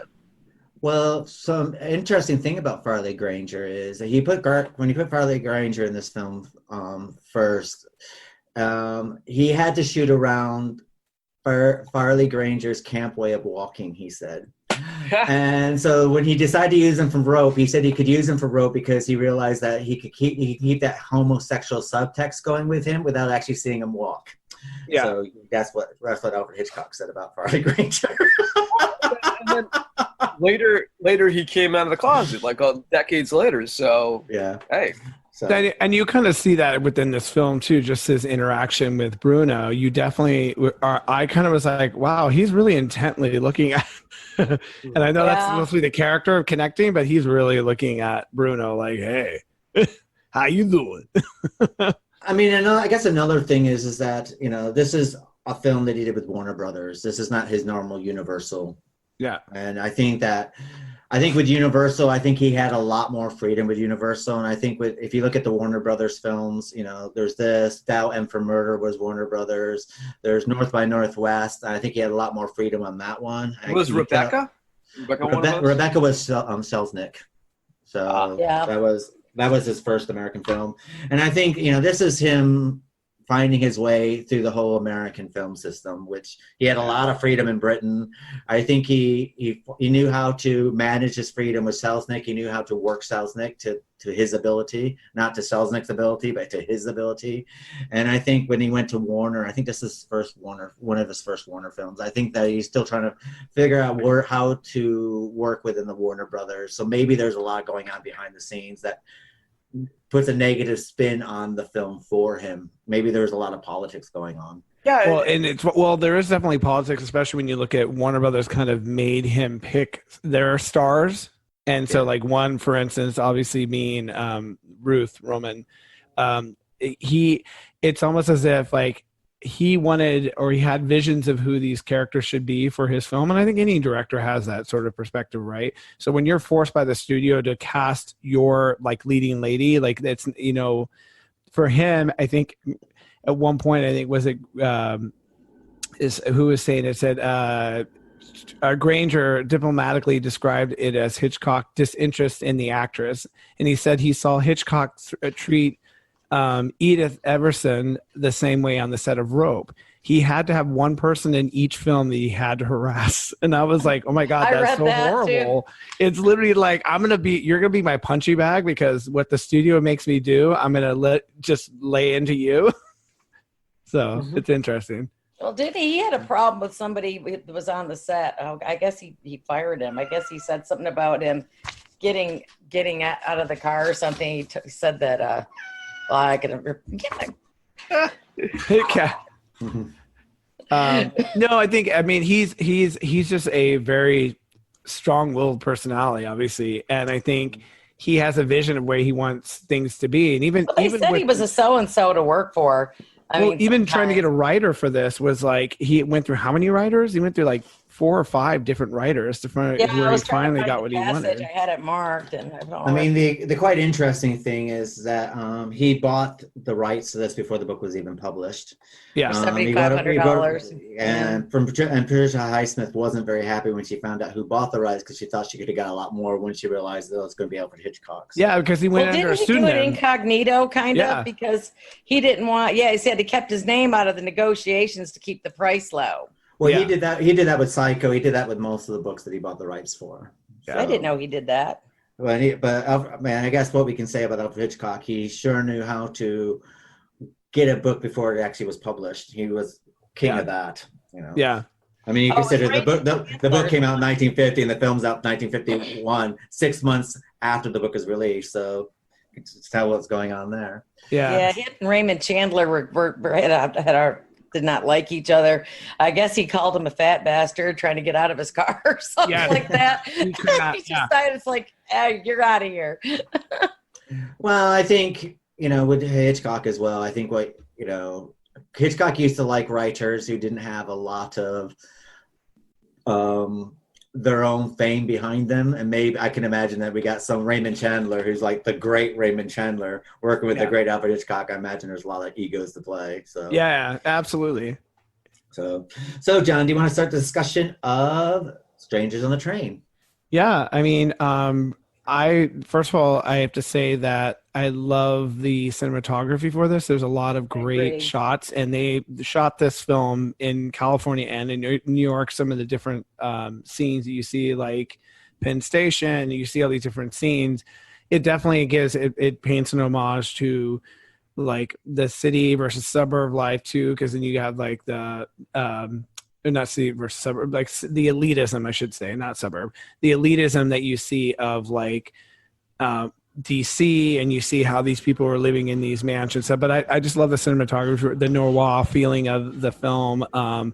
I definitely resonated more with the characters in the film than the book, because it was more believable from the perspective of Bruno, who is very much a manipulator and was really good at being a manipulator, and you could tell he's done it many times, versus like the drunken version we get from the book, who is just constantly deteriorating. He has an infatuation with Guy, but not like an obsession with Guy, like within the novel, I think. I think what I quite like about Strangers on the Train, I like he uses what we call a doppelganger effect. He does use this in Shadow of a Doubt, but here he does it a lot more, where there's two of everything, and the theme this is doubles, and I think Guy, doubles being a term in tennis, which is often. Well, even how the start of the film is the two taxis, the two pair of feet, the two sets of train, the rails. I mean, it's like he was saying, it's sort of like a serving in association with the world of light and order versus in the vitality of the world versus dark chaos and lunacy, right? It's like doesn't Hitchcock in his cameo even carry a double bass? Yeah. 11 minutes into the film. But we also get, we get Miriam, and then we get Anne's sister. Or doppelgangers. So it's quite interesting. I think it's quite an interesting thing. You know that he made her wear those Coke bottle glasses. He wouldn't let her wear the regular glass. He made her actually wear like the real thick lenses. And I guess that sometimes the actors had to guide her. Yeah. Well, they said there's one scene where she had to use the table as kind of because she had no facial reference. I heard a funny story that Bruno Anthony, Robert Walker, wore glasses. This actress did not wear glasses, so he said blind leading the blind in their scenes because he couldn't see and he couldn't see. And to my understanding, Hitchcock gave the actress the choice to go in, pick some glasses from our collection, whichever one speaks to you, and that's the one that she chose. Interesting. I mean, I just feel like that prop in itself was so pivotal. That and the lighter were two pivotal things in itself. They were characters. You saw the murder and the glasses, the lens. That was really. I guess that was considered. I'm not a filmmaker, but they said that was one of the more brilliant shots. It still stuck. Oh, absolutely. I mean, to be able to capture something from a reflection, from a reflective point of view, and yeah, I mean, I thought that was such a brilliant shot. It was a great shot. It's one of the defining characteristics of him as a filmmaker, shots like that. If you were to show me that shot and I didn't know who the filmmaker is, I would think, well, it's very Hitchcockian. Yeah. How he plays with imagery, and I think he does it masterfully. And one of the reasons I love the film. Yeah. I mean, I have to sit there and say, with the murder of Miriam, I also like, which Hitchcock does portray very well, he murders them. There's, after she drops to the ground, and then he like wipes his hands off, a little bit like Lady Macbeth getting rid of the crime and getting rid of the guilt sort of thing, and he walks away. And when you do get the reflection in there, it's the coldness of the murder, and it just reflects how cold it really is, how there's just no feeling. He doesn't care. There's nothing about that. And I thought that's where Hitchcock's really, really good is. And I think this comes from his silent movie background, is that he's able to tell a story. You don't need a lot of great script. All you need to be able to tell it through pictures, and he does this very, very well in this film. I think it's interesting though how they build the hatred for her, right? Because you don't get that in the novel, where when Guy actually comes to Marion to talk to her about getting a divorce, and he gives her money to pay for her own lawyer, and she's just like, oh, thanks, I'm not getting divorced. And they just make her so like hateful. Oh yeah, I want you to kill her now. Like it just like it was an intentional, I think, thing to be like we want the fans to be like, kill her, kill her, because she's she's such a bitch in the movie. And then not only that is, and you do see her in here. She's running around with two boys. You don't know who these guys are, but she's running around and she's being very flirty. And then she's pregnant still, so she didn't lose a baby. In this, she wasn't. She was like, oh, what was she eating? The ice cream? And she goes, oh, I just had a hot dog. He's like, a hot dog? She goes, yeah, I have cravings. I'm like, so she's out pregnant, but she's like, hey, I'm gonna go party up at these boys, and then she's being flirty with Bruno, right? And then she's engaging with him, and she's like, doing a dance, weren't they? Kind of like totally. She was looking at her, and she was licking her ice cream and looking at it. Yeah, I mean, it was totally flirtatious. Like he's trying to woo her, get her, like, I'm going to get you to like me, right? And it is that cat and mouse. And so when he confronts her and he's like, so are you married? And she's like, yeah. And then he like chokes her out. That's even more like, to me, like she's thinking, oh, hi. Oh, you want to talk to me? Oh, trying to be all, and she's less country, right? So that's the other thing, is she's not as like not country at all. No. And she still has a bit of like suburb, like sophisticated in some ways, like white picket fence type of living. So no, she's thinking, oh, look at me, like, oh, hi, She's hateful, you don't feel bad for her at all, but it was a cold killing though. I mean, it was just icy. I mean, she was alone. No one, what a horrible way to go. For one, she get choked by somebody you don't know, and everybody hates. It's better to be choked by somebody you do know. Yeah. Well, and by the way, she was near Lover's Lane. Let's be clear. There was a bunch of people making out there, so I'm sure that's not the first person was like choked out. Well, I have to say this is a little bit bizarre about that whole situation, because she goes there with two guys. Right. Now in the book, there's like two guys and her friend, who's a girl, and her. In the book, this is what we have. Here, her and two guys. So are they going to have like a three-way? Are they going to have like a Merriam sandwich? Yeah, in Lover's Lane. Well, that's what it was looking like. And by the way, on the boat, the guy is definitely like touching her, and she's like, oh, well, they're already starting something, right? And so I think she knew what she was kind of getting herself into. That's probably why, he like, there's a line from the Golden Girls, he slipped me something, apparently, like meaning she's pregnant. So she like literally. You're quoting the Golden Girls? Yeah, no, because there's a line for the Golden Girls where it's like, literally, it's like, oh, I don't know how I ended up pregnant. I was unconscious. And then she goes, he slipped me something. And the mother goes, apparently, meaning you got pregnant. Of course he slipped you something. Yeah, I don't think it'd be any different if I knew somebody that was choking me, Dave. Yeah. In regard to your statement. Most scenarios are pretty lousy. Can we talk about the casting of Robert Walker as Bruno? Because he was the best. Yeah, he's what carries this film. He's fantastic. I remember, because I was always fascinated. I was always fascinated by this character, and Robert Walker had never done, to my understanding, anything like this before, and he had unfortunately passed away 8 months after the shooting of this film. So this could have been the beginning of a whole new career for him absolutely as a fascinating character actor, but he never got that opportunity. He was the light leading man, I guess you could say, sort of like the Michael Cera. He's probably getting those type of roles in the early part of his career, just the meek leading man, and to see what he did with this was fascinating. I think out of the two characters that resonated so much with the film was him, and as well as Anne. Anne was just smart and capable, and she was figuring things out way before anyone else was. And there was these moments where when the police come to talk to Guy, she's looking at the interaction with him going, what did you do? Like, you can clearly see her going, something's going on, and she knows what's going on, and she's kind of like trying to figure it out her own way, and then she's noticing when he slips up and he lies. So I definitely resonated more with the cat and mouse game that Bruno was playing, and then Anne being the detective. In a way, it's like, oh, I forgot the detective's actually there, and that these police are watching him.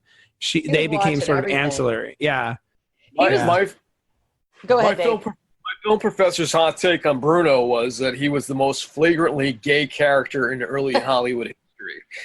And I was thinking, like, I didn't even notice that on first glance. I didn't. But I mean, even Hitchcock, I was just reading before, Hitchcock was suggesting that he had to be very subtle with it because the code. Yeah. So Hitchcock was suggesting, Bruno's gay. I hadn't seen it I hadn't noticed it the first few times that I had seen it. Obviously, I was like 14 years old when I first. I was studying Hitchcock films as a kid, going to my local library, taking out VHS tapes, and this was one of them, and this easily became one of my favorites. But I never noticed that aspect until I got to college, and my professor was helping me dissect the film, and had pointed out that this is a little bit of a love triangle right here, but not in the way that you anticipate. Well, but I think it's interesting because yes and no, because he's very flirtatious with Marion. Then he's very flirtatious with Anne. And so there is this sort of like where the author gets into the talented Mr. Ripley, the ability to mask yourself and be whoever you want for you to be, right? And that's where the psychopathic sort of thing kicks in. He's such a wooer, right? He woos everyone around him, even to the point where he has these old bitty socialite women where he's like, do you mind if I choke you out? Choke you. She's like, sure.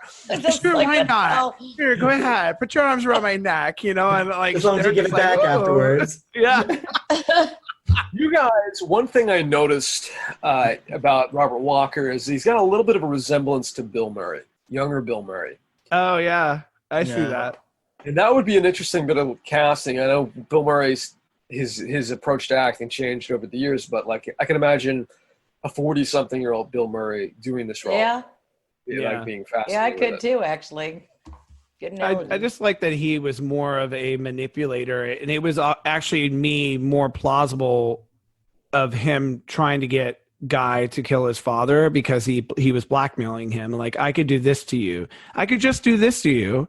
Oh, and then I have this, and oh, you want me to just go talk to Anne? I could tell her right now. Like, it was more believable. Like he was pushing Guy, like, you're gonna do this whether you like it or not. And then I was actually really pleasantly surprised at the approach of like Guy actually going to talk to the father and be like, I'm gonna work this out. That was all more believable than what was in the novel to me, because it was like there's this trickery and this cat and mouse game that's going on that the build up for it, especially when it gets towards the end. It was antsy. I was like, what's happening? What's going to happen?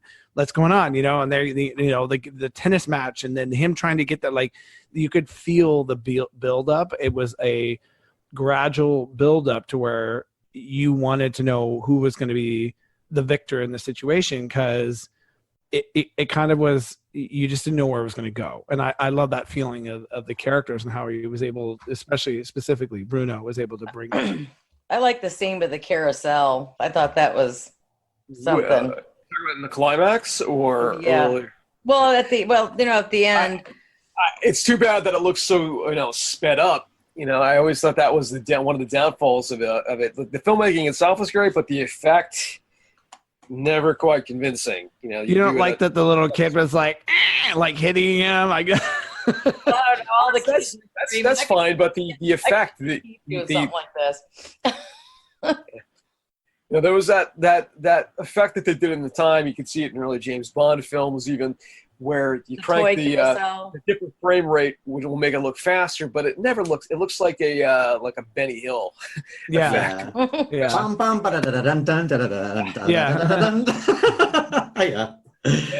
They photographed it was a blown up.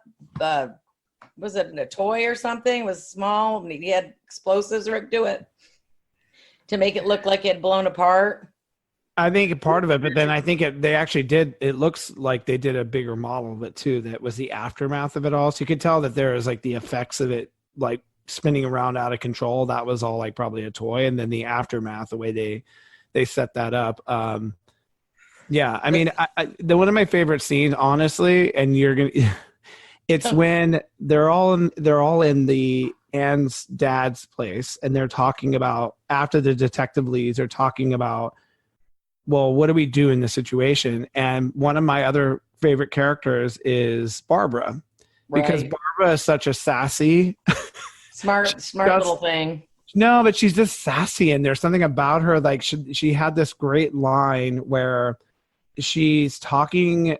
She says, she goes, she was a tramp. the father, she was a human being. Need I remind you that even the most unworthy of us has a life and a right for the pursuit of happiness? And her response, for what I hear, she pursued it from all directions. So so sassy. Like she was a nice little addition to the movie. I enjoyed her character quite a bit myself. And then she like goes to go out of the room and she goes, I don't know about you, but I would love a man to commit a murder for me. And I'm like, Jesus, like this is like It was very Raymond Chandler. This was actually the last screenplay that Raymond Chandler was listed as a writer on. So that does sound very much in his ballpark. I wonder if he's the one who wrote the dialogue. Yeah, because she was great. And then the father, I think, was funny too. He's like, he's basically asking, I think he's asking Guy, like, where from? And he's like, Harvard? And he's like so inquisitive. And he goes, no, Delaware Tech. And the father just like looks like, oh. Like he looks like very disappointed. Like he's such an elitist. Like I mean, I think there's some bit.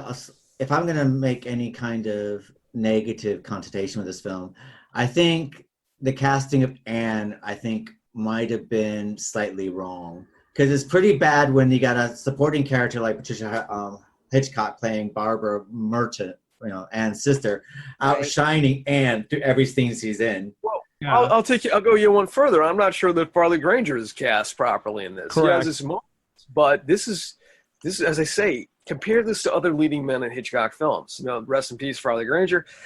He was okay, but why not great? I think he was forced to use Granger, like you were suggesting before. His choice, according to IMDb, his first choice was William Holden, who was unavailable. Yeah. Yeah.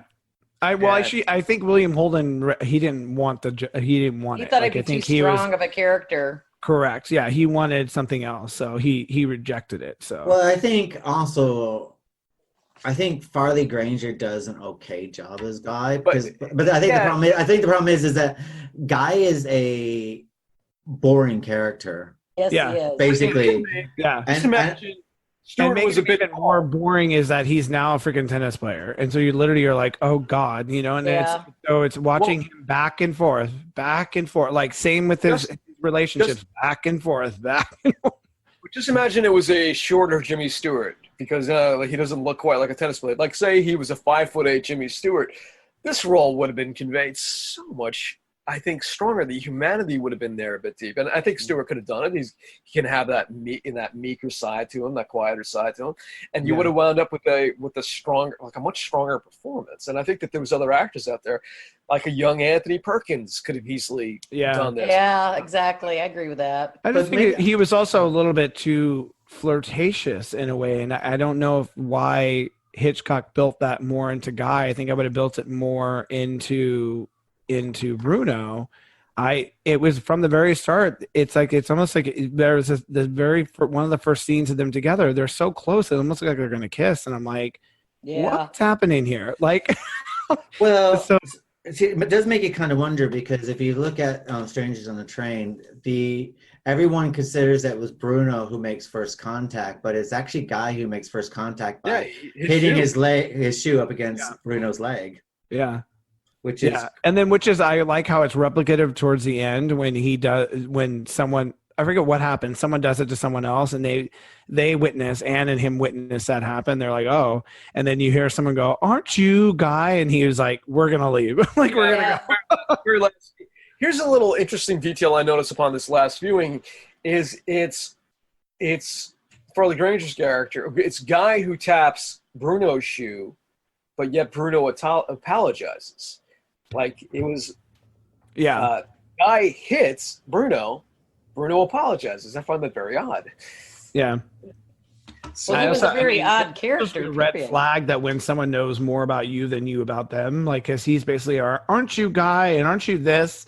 And then you're going to marry this girl because I would just happen to be reading page 6, the sequel.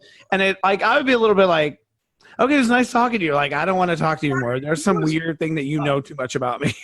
Guy was very open-minded to somebody who essentially felt like a stalker in that opening scene. It doesn't seem all convincing. If it's me, if it's you, I think I'm going to excuse myself and go to the next room, because it's interesting that he went as far as he did, yet Guy still was open to him. But I also think now, just thinking about it, because he was also trying to lead tennis to become a politician, that maybe it's like, oh, I need to start meeting elites, right? I need to start meeting these elites to be like click into things like that. So maybe part of him was, for that reason. Or maybe Hitchcock was doing some kind of subtext about homosexuality. But yeah, I've got a question. The guys in the closet, so therefore, and then. Yeah, well, guys and the guys. I've got a question for everybody here.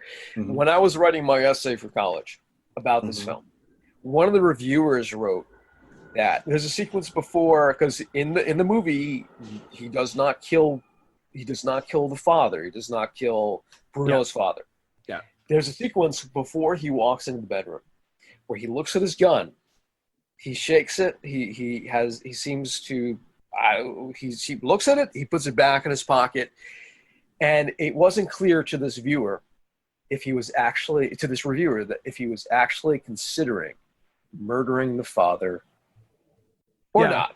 And he was saying the limitations of the performance, but was Guy actually considering murdering? And if he did, he would have shot Bruno anyway. Well, I would say he brought the gun, so why would you bring the gun unless there was a consideration there? So there is like at a point, maybe he realized maybe I can do it. Maybe I can do it at a different approach. Maybe if I confess to the father will help me. Because why bring a gun if he wasn't even going to use it? Or it's a safety net. Yeah, but the intent is if you're bringing it in case you have to use it. And my thing is, why not just break into the house, sneak into the house, and then have that conversation? And then if you get caught breaking in, but you don't get caught with a weapon. Your thought is like, I'm going to use this in some way or capacity. You wouldn't just bring a gun. But it is a weird plot device. I mean, I just think that if you're going to go talk to somebody about that their son wants you dead, why are you going to sneak into their house in the middle of the night? Anyway, yeah. I mean, I think maybe it's one of those Hitchcock things where he's just trying to build tension. So therefore, absolutely. It's like absolutely, and I've never thought about that before. You know what? I guess that does seem to suggest that he was considering killing the father, because he's there late at night. He's looking at the gun. It just didn't really necessarily come off in terms of performance. It just looks like Farley Granger looking at the gun saying, well, this weighs about a pound, right? Puts it back in his pocket. You don't know what's going on in his head. Or it's like feeling the weight of it too, like in a I guess if you're looking from a bigger perspective, you're feeling the weight of something you're going to do, right? Literally, you're feeling the weight of a gun, like, wow, I'm going to use this to kill someone. Or no, let me reconsider it, Or we have to look at when this film came out. When this film came out, Strangers on the Train was the #1 best-selling book. And maybe it was for people who read the book that think, oh, I know what's going on. And Hitchcock goes, no, you don't. No, you don't. I'm going to put a twist on it. Yeah. I'm now showing you that I am now really breaking away from the book now here. Yeah. Because in this time out, what you thought you know, you no longer know. Yeah. And I think it's such a perfectly staged scene. The lights out. As a matter of fact, in my Awaken the Reaper screenplay, I just realized I paid homage to it without even being conscious of it. The light, you're seeing a silhouette of somebody, the light turns on, it's not the character you're thinking. And that scene is so great because it was like, oh, well, hi, Guy. What are you doing here? And he's the Bruno is so much more mischievous and so like, I'm ahead of you, right? I'm never going to be behind you. So stop trying to fool me. We're going to do this, whether you like it or not. And he's always was one step ahead of him. Except for when the lighter fell down the drain. Well, that was unexpected because I think someone bumped into him.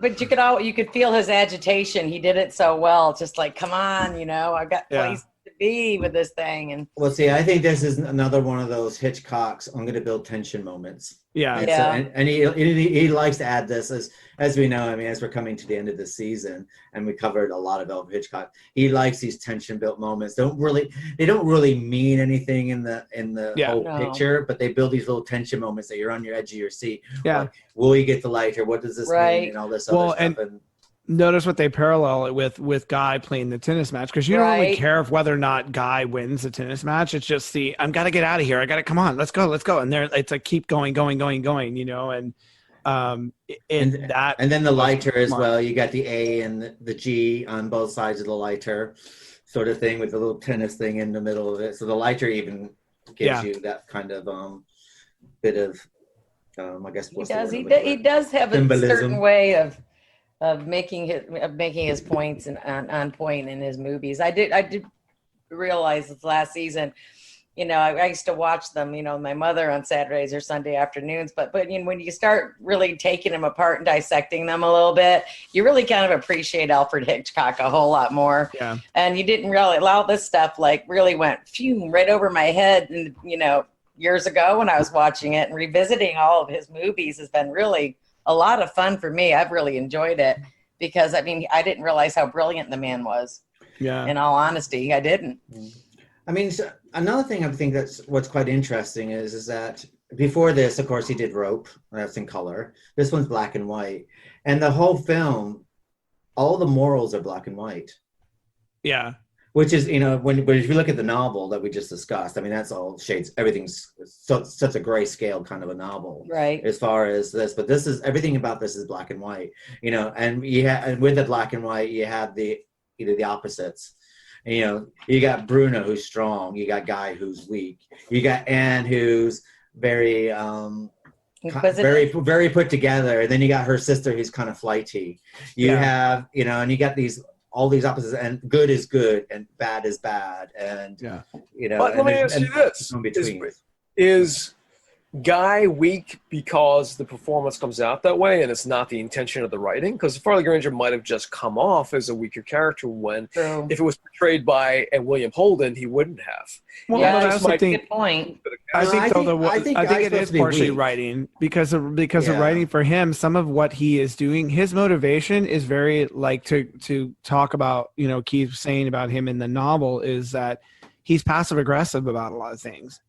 And it's really he doesn't know what to do. And then eventually when Anne finds it out, she's like, let me help you. Because he's so lost, and he doesn't want to pull the family into this. He doesn't want to want to get anyone involved. And she's just like, but you need to deal with the situation or it's going to crash over you like a wave. Right. So we need you to step up. And I think she's probably the one who was like, okay, this is what we're going to do. And she literally was like, let's figure this out. And we're going to be there at the match, and we're going to get a taxi for you, and we're going to get you in the taxi. She's the one who came up with all that. I don't think that was Guy at all. Right. Let me ask you this. And Guy plays the victim through everything. Yeah. Let me ask you, does the story benefit Guy being an architect or a tennis player? What is the better take on the character? Because the book was I think the architect storyline would have worked better, because therefore I think it would add a bit more nuance to his relationship with Miriam. I would say only because if he's a tennis player, it's okay, well, he's a tennis player. He starts, he married Miriam. So I think if he was an architect, and then it kind of brings the relationship with him, Miriam, a bit more closer. It makes you understand that. With him being a tennis player and marrying Miriam, you're not quite sure what you have no understanding of what their marriage was. Other than that, he's a guy, and then therefore Bruno could know his history because he's in a public eye. Well, that's what I was going to say. He is a celebrity in the sport industry. So I think it makes sense for me. It makes sense that he's a small town boy and he has a small town girl, right? And he really diligently was really good with tennis, and he maybe got noticed, and then a scout noticed him, and he became I'm not a big tennis person, but he became a really professional tennis player. So that brings him to a certain level of elitism that now it's almost and Marion, I think, hates him for that too. So that's why she maybe pokes and prods him more, because it's how dare you leave this town and leave me behind? And it's what, you think you're better than me now? Whereas architect, I don't know if that, he would have to educate himself to become an architect to then become a famous architect versus it's a different type of education when you're a sports person. A scout finds you and he's also a very handsome guy, dapper. So he is marketable, right? All those things, he has a certain level of prestige that people now know him. I don't think unless you are into architecture, people are going to know you. right? Yeah, Like I don't think that's believable. But see, I have a problem with the whole crisscross thing. If he was an architect, the whole crisscross thing probably would have worked better than if he's a celebrity. Exactly. How is the celebrity going to get away with killing somebody and not be noticed? Yeah. Right. Yeah, Sort of that's true. I mean, even though in this story the guy doesn't actually go through with the murder or anything like that. Yeah. But I also think that if he was an architect, it'd make me feel, and maybe it made me think that maybe he was a bit more. He would have been a bit more anonymous. He would have been more anonymous. Yeah. More anonymous, as you say. Yeah, maybe. because people would know who he is. That's I'm just kind of I guess my thing is like depends on how the way you're trying to portray Guy as from a small town to a big city life, how he got there, and it still was a saying that he is he was trying to climb the social ladder in both cases, right? As an architect, because he's like, I'm going to leave the tennis world behind because I'm going to become a politician. And I was like, okay. And it mainly is because obviously money, prestige, Right. Yeah, and but trying to provide for her, for Anne, trying to give her a life, a perfect life that she deserves, Yeah. I mean, I just could picture an architect trying to become a politician more than a sports star trying to become a politician for some I don't know. He's got a lot. You got lots of people. They're actors that are politicians now. I would sooner say it's a tennis player because of the celebrity factor. I don't know if anybody who's transitioned from architect to politician. Yeah. I agree. Yeah. I guess it's just because this is my own personal view. I'm not saying, any reality to my way of thinking, but I just picture architect goes to school, has an education, a tennis player. You don't need an education. You have to be really good at a sport. And though you can be very good at what you do, and I'm not taking anything away from people who play sports and stuff like this, because it's a different kind of talent. Yeah. The American president at this moment, at the time of recording, is a celebrity from a celebrity show. And that goes to show you, I think celebrity tends to transition more commonly into, and as a matter of fact, one of the stars of The Love Boat became a politician. There's Franken became a politician. There's a lot of people. Schwarzenegger. Yeah. Yep. So, I mean, I think it's also the popular, being popular, but I didn't really think about what you're saying is if you're popular, you're not going to be like, oh yeah, I'm going to go commit a murder, because everybody you walk down the street, people are like, aren't you? You're like, fuck, right. And you're like, no, not really, Yeah. I mean, another thing I'm looking at basically is I'm looking at this film from a 1950s perspective, and politicians were different than they are now. Yeah. Nowadays, you can become a politician just by having a social media account. Right. Correct. So, but back then, it was I think politicians, maybe it was the same, but I'd like to think that politicians, it was all a bit different than sort of thing. So I would think that they tend to look, I know that, for instance, when Kennedy was running, it was all about his education. Yeah, Kennedy didn't have a whole lot of Twitter followers back in 1960. Yeah. No, not at all. But I mean, if you look into politicians, from at least from the 40s to the 60s, it was all about what education they had and what jobs that they had. And if you fought in the war. Yeah, and that's I would also say though, it's also a prestigious family money. If you were a Rockefeller, that's a business. That's a very lucrative business industry. So of course you're going to rise to the surface. So Yeah. I mean, as far as Farley, going back to Farley Granger, I think he does an okay job here. Actually, I'm okay with his performance. I'm not sure if you had anyone that was stronger, would that have taken away from Bruno or Robert Walker's performance? If you had somebody more authentic is all you needed. Yeah, I just think that there was an unbalance to it. I mean, he was okay. I agree with Guy was okay, but it was not equally balanced with Bruno. Bruno was just brilliant and cunning. It was kind of like, say, Keanu Reeves and Al Pacino in Devil's Advocate, like that kind of. Yeah. Yeah, I think maybe Farley Granger was kind of there for eye candy. Yeah, totally. Oh yeah, totally. I mean, because to be honest, he wasn't a huge star. I mean, if you go through his filmography, either IMDb or Wikipedia or stuff like this, I mean, he kind of was he kind of just did little bit parts here and there, like in like fluffy wasn't musicals and Technicolor films. And he had worked with Hitchcock before in Rope, though, so that's a big thing. yeah. But Rope, I think Rope was Universal, so he must have brought him over to Warner, unless Farley Granger, Universal contract was up and he signed with Warner, and when Alfred was working at Warner, because he was traded out for this film, for whatever reasons, maybe he's like, well, okay, I worked with him before, so I'll take him because you're giving me all these people I've never worked with before. Maybe it's something like that. I mean, it's kind of hard to say. I just think that he plays quite well with the whole black and white and the dark and light sort of aspect. So I think he kind of works in that way. I think that I kind of wonder if Guy had a little bit more depth to him, would it be the same kind of film? Yeah. Maybe. And you also got less interaction with Guy with other characters than you did with, like, say, Anne interacted with the detective. She interacted with Bruno's mom, with Bruno. Like, so she had all this sort of interacting going on. His was primarily with Bruno and Anne. Those are it. You know, everyone else he really didn't have that sort of interaction with. Yeah, and I think I kind of like with William Holden. I love William Holden, you know, and in films that he's done, he was a fantastic actor. Yeah. But I'm kind of wondering maybe he might have been too strong for it. Maybe. That's what they thought. That's why they didn't cast him in that, because they thought he'd be overwhelming for the Bruno character, and that because let's face it, Bill Holden or William Holden, he's just, you know, he was a force to be reckoned with. He was one of those kind of actors that basically your eye would have been drawn to him and you would never be able to pull your eye away from him because he was that kind of an actor. Right. And then you put him against Robert Walker, and maybe the whole story of Guy would come off totally different. That's what I'm kind of thinking, because I know I've said before, I've only seen Robert Walker in this film. I haven't seen him in anything else. And he's so strong in this. The other one was, Bruno's mom, which I kept going, God, why do I know her? She's Aunt Clara. Yes. I was like, oh my God, she's Aunt Clara, like the ditzy Aunt Clara. Because at one point she does this scene and I kept in my mind going, why do I remember her being bumbly? Like just very bumbly, you know? And I was like, oh my God, she's Aunt Clara. Oh my God, I love it.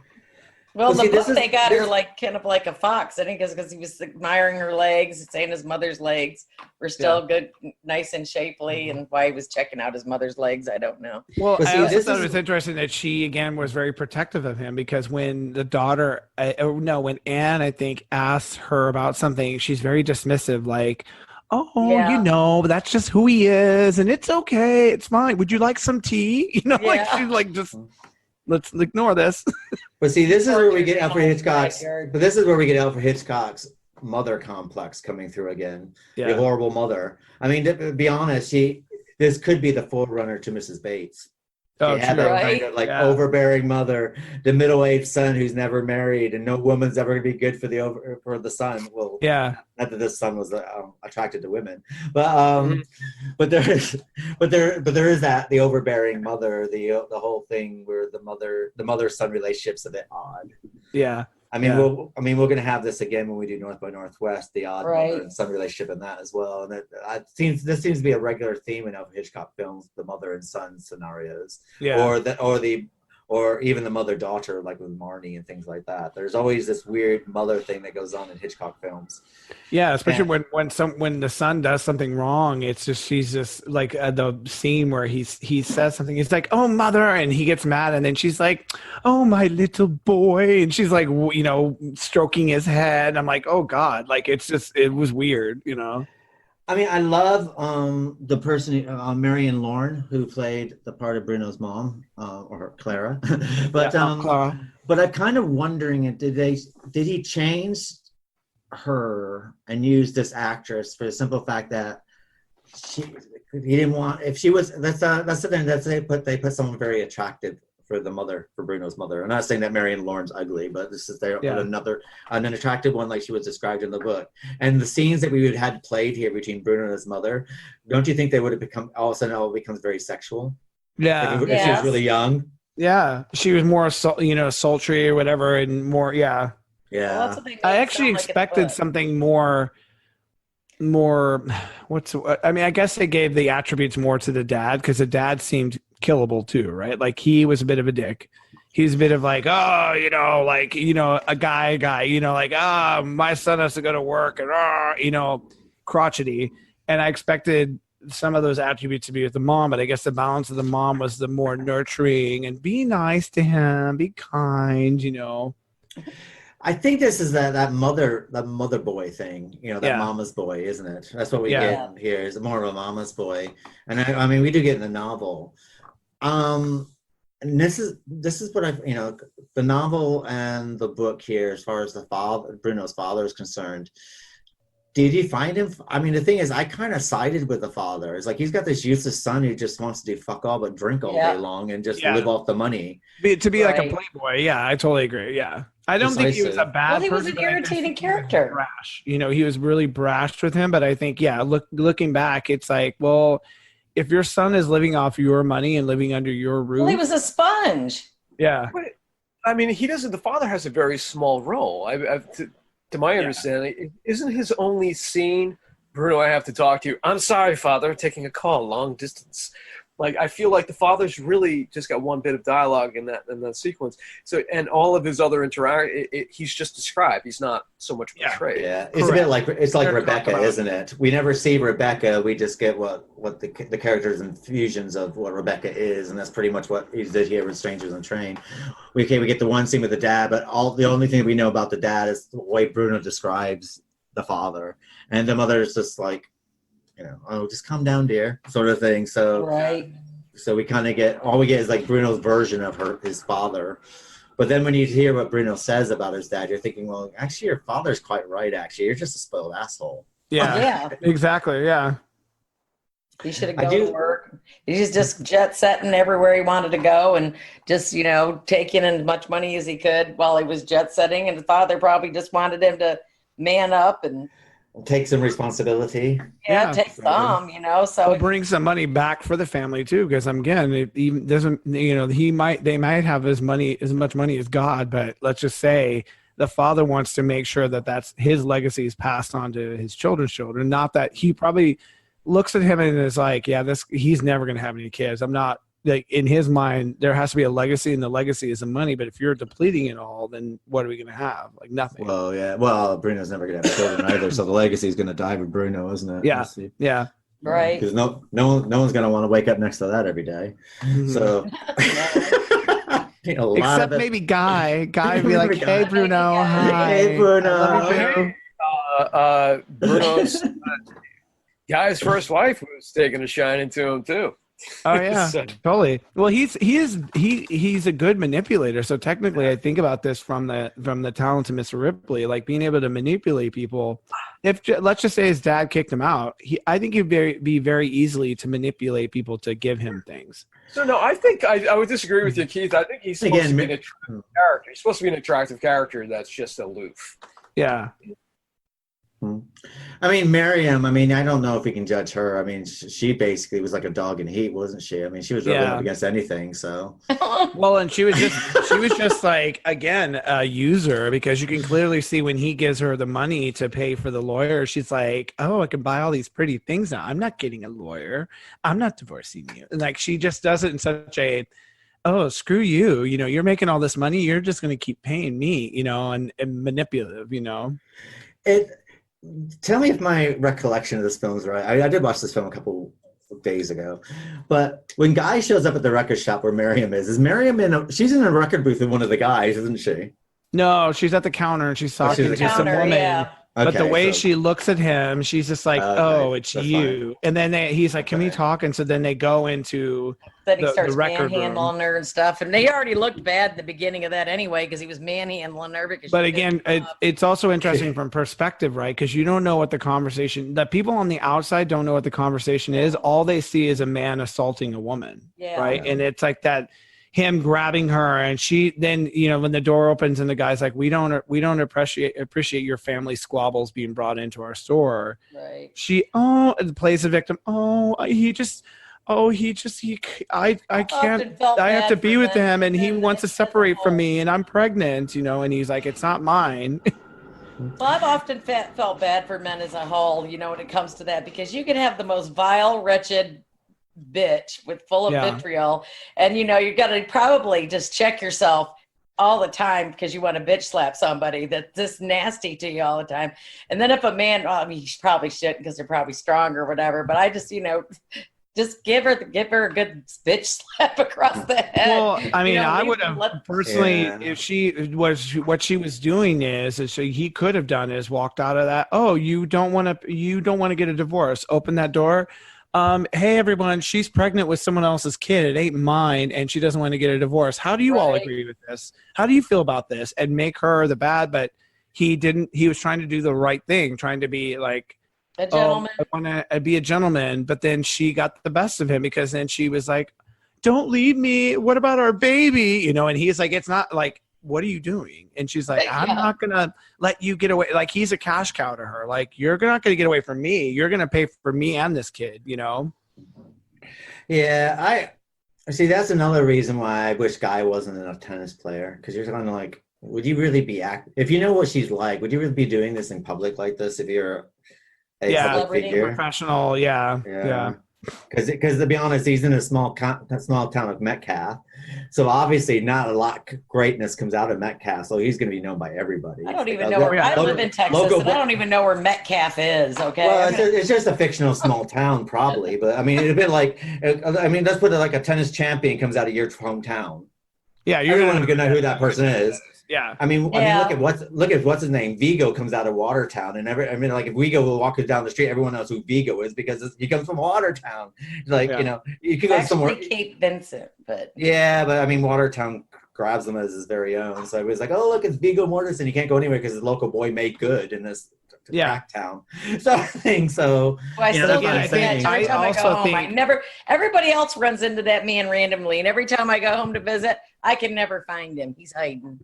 I also just think that that's why she can't stand him, or the way she acts towards him is like he got out and she didn't, right? And then she was like, you left, so I'm going to sleep with someone. Oh, now I'm pregnant. Now, so I think she got him there to be like, oh, we're going to get a divorce, right? And he comes there, and her intention wasn't to get divorced. It was more like, you're going to take care of me. Like, I don't care what you say. I'm going to manipulate you, and I'm going to have you take care of me.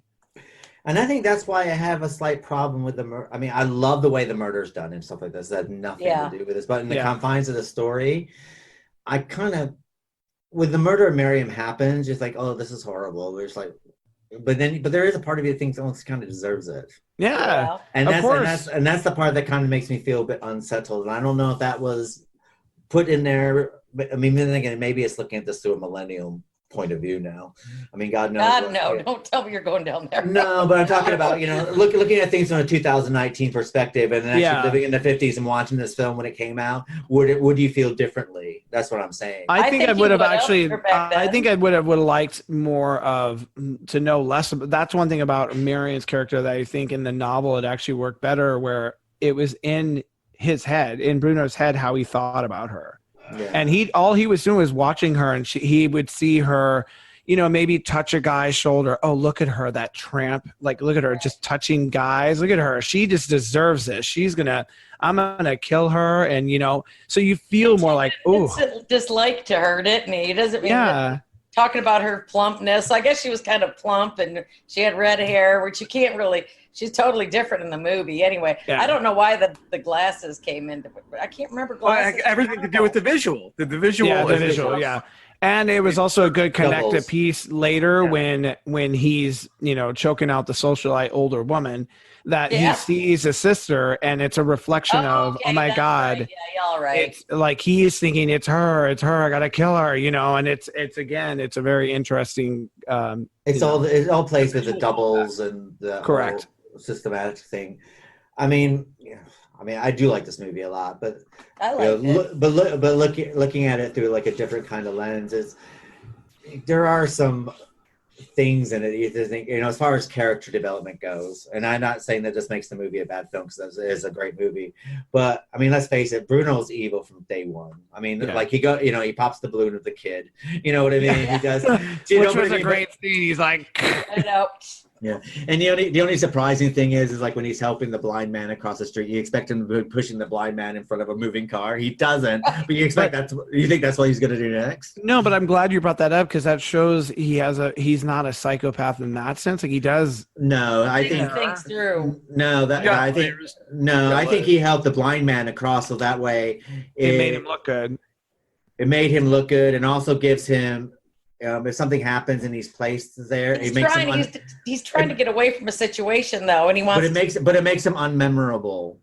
He's helped. It's like this is not a man running away from a crime scene. It's like oh my God, a woman's murdered, and things like people are going to remember someone running. No one's going to remember someone just helping a blind man across the street. Not during this kind of frame, and I think that's the more reason behind it. I don't think it's because he's a kind person. Just that it gives him a reason to cross the street without doing it in a hurry, and he's not running away from a crime scene. Which would but even that's conspicuous because like when he's leaving or when he comes off the boat and comes on land again, everyone is like, oh my God, what's happening? And they're looking over. He kind of is like, nothing to see. And he kind of just waddles off. And that's why the guy recognized, because he's like, the guy's like, aren't you interested in what happened? Wait, you just came from over there. And he kind of like I would put two and two together. Like, you're not curious about what just happened. Like you come off of a boat. I'd be like, what is everyone looking at? I would have turned around and been like, what is everyone looking at? Oh, he just kind of gets off like, nothing to see here, folks, and like he just kind of keeps walking, and See, so I'm that's a little bit more Bruno. conspicuous. I'm more like Bruno. Like when people like pass out in front of the hospital on my way to work, I just walk around them. I don't even look at them because I'm like, nah, I'm not getting involved. But again, it's just it's weird because like we are so used to as human beings, like we can't turn away from train wrecks. So you're still gonna look. Yeah. You're not gonna go, oh yeah, and then like not like you're gonna look and go, what's going on? And then when you assess, you're like, oh, a person got hit by a car. You're like, and then you kind of, if you jump in to help, or you just go, I can't keep looking at this, and you walk away. You're still gonna assess something. You're not gonna be like, nothing's going on. I don't see it. What are you talking about? Like, and he kind of ignored all that, and I think that's where if he wanted to pretend like blend in, he should have got off the boat and been like, oh, what's happening? And maybe smirk a little bit like, I know what's happening, So you think that him helping the blind man across the street was a way for Alfred Hitchcock to show that he had a bit of humanity in him? Yeah, I do. Because again, I don't doing it just so he wouldn't be noticed. No, because I feel like if it'd be one thing if he looked around and he saw people looking at him and then was like, oh, I'm going to help this, and grab the guy's arm and like dragged him across the street. That would be different, right? I think it was, he saw the guy being frustrated and he's like, okay, let me help this guy. And like he helped him and he got across the street. So I think it was more like humanizing him, trying to be like, yes, he just did something really heinous and killed a woman, but he's deep down inside. He's going to help some blind guy go across the street 10 minutes later. Yeah, totally. Okay. What about Barbara almost whacking off that guy when she spilled her powder on him at the tennis court? Oh my God, that was amazing. And like, by the way, I love how he was looking at her and she's like, oh, hey, how you doing? And then she's like wiping it off. It's like, God, you're getting a bit close to the family jewels up there, Barbs. Well, then he goes to run away and she's like clinging to his leg. I was like, get him, girl. Hold on. Don't let him go.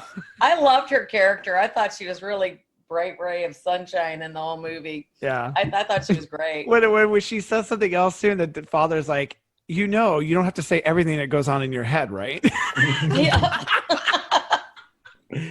I love Patricia Hitchcock. Does anyone know if she's ever done anything outside of her father's stuff?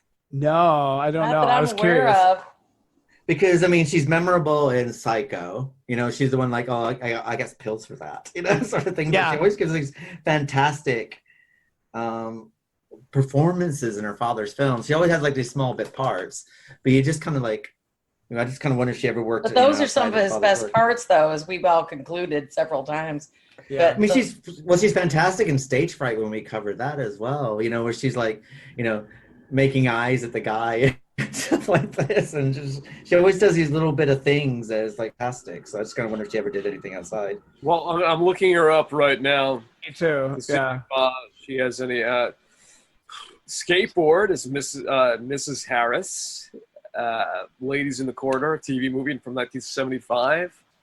She was in the Ten Commandments. Playhouse Yeah. 90. He was.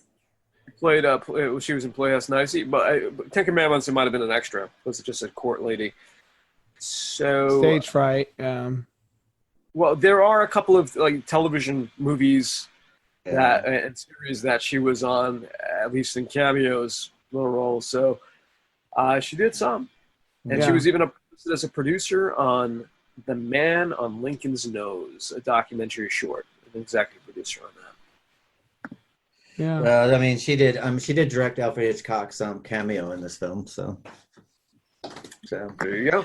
But I know you're probably wrapping up at this point, that we're approaching 2 hours, but I wanted to point out a couple of shots in the film that belong in the Hall of Fame of Hollywood of movie images. The tennis game in which the camera zooms in on the audience looking from left to right. Meanwhile, Bruno is staring straight ahead at Guy. Yeah. Oh, that's brilliant. I love that scene. Yeah, that was a really intense scene. Yeah. And there's obviously the glasses is another iconic image. And the other one I noticed too is the punch when he punches Bruno, and how he comes at the face, but then it comes at the camera at the same time. Like Bruno's point of view of being punched. Yeah.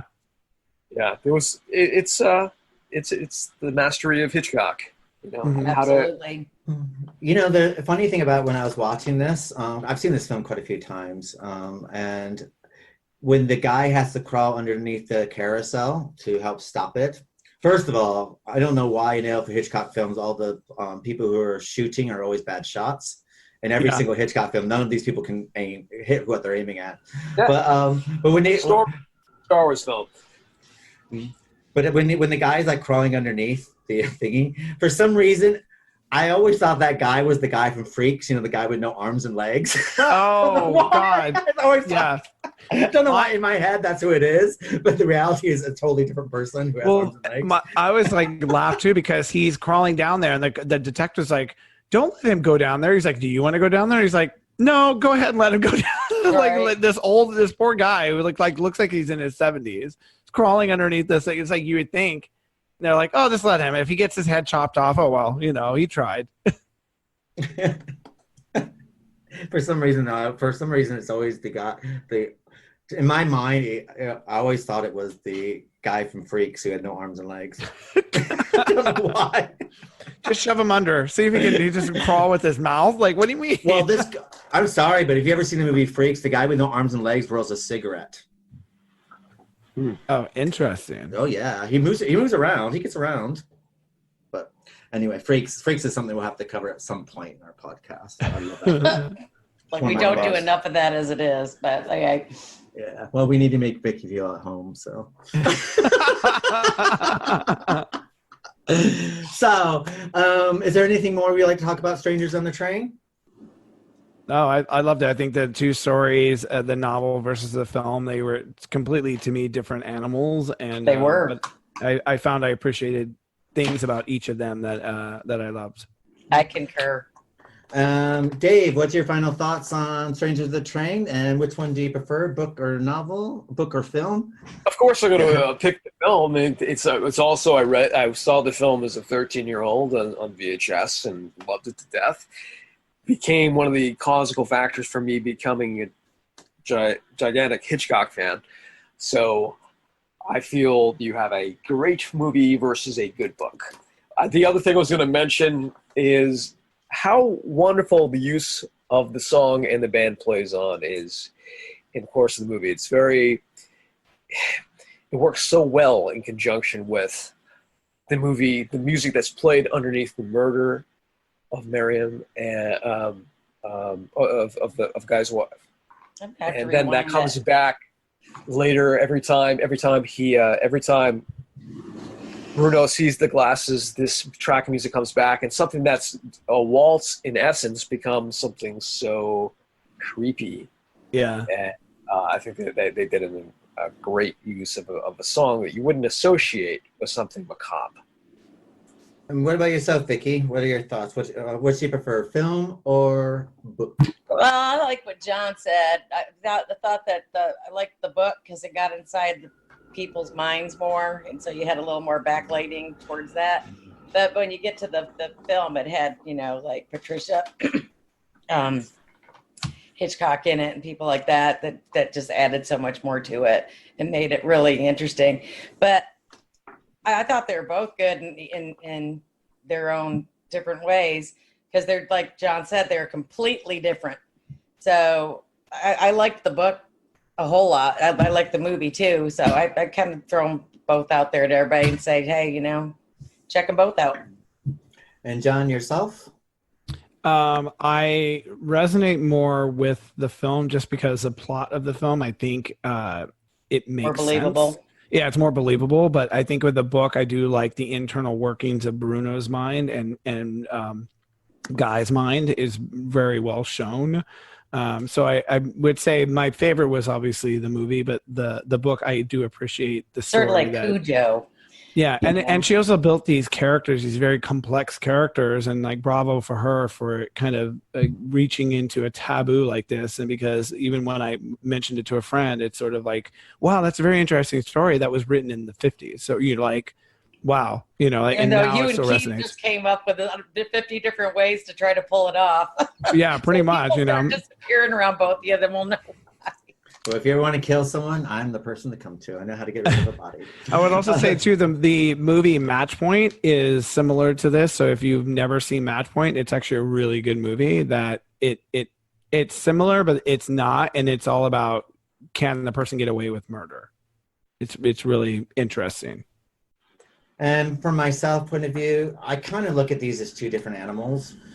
I think as a novel, I think Strangers on the Train is one of the greatest American novels out there. And I am, biased towards Patricia Highsmith. I think anyone who's really interested in 40s and 50s literature, I think you can't go wrong. And as far as Alfred Hitchcock's, number of his great works, I think Strangers on the Train hit them. I find it difficult being able to pick the two of them, because I do think they're two people with kind of like the same thin plot lines going through them, but each one gives you a lot more depth than what the plots actually entitles them to have. So I think it's one of Alfred Hitchcock's masters of a film, and I think it's one of Patricia Highsmith's greatest novels. So I'm going to stick by that. I can't really pick one over the other, because I think they're too different from each other to nice. Be able to compare them evenly. We'd like to thank Dave for joining us. Dave, can you tell our folks where they can find you and follow you?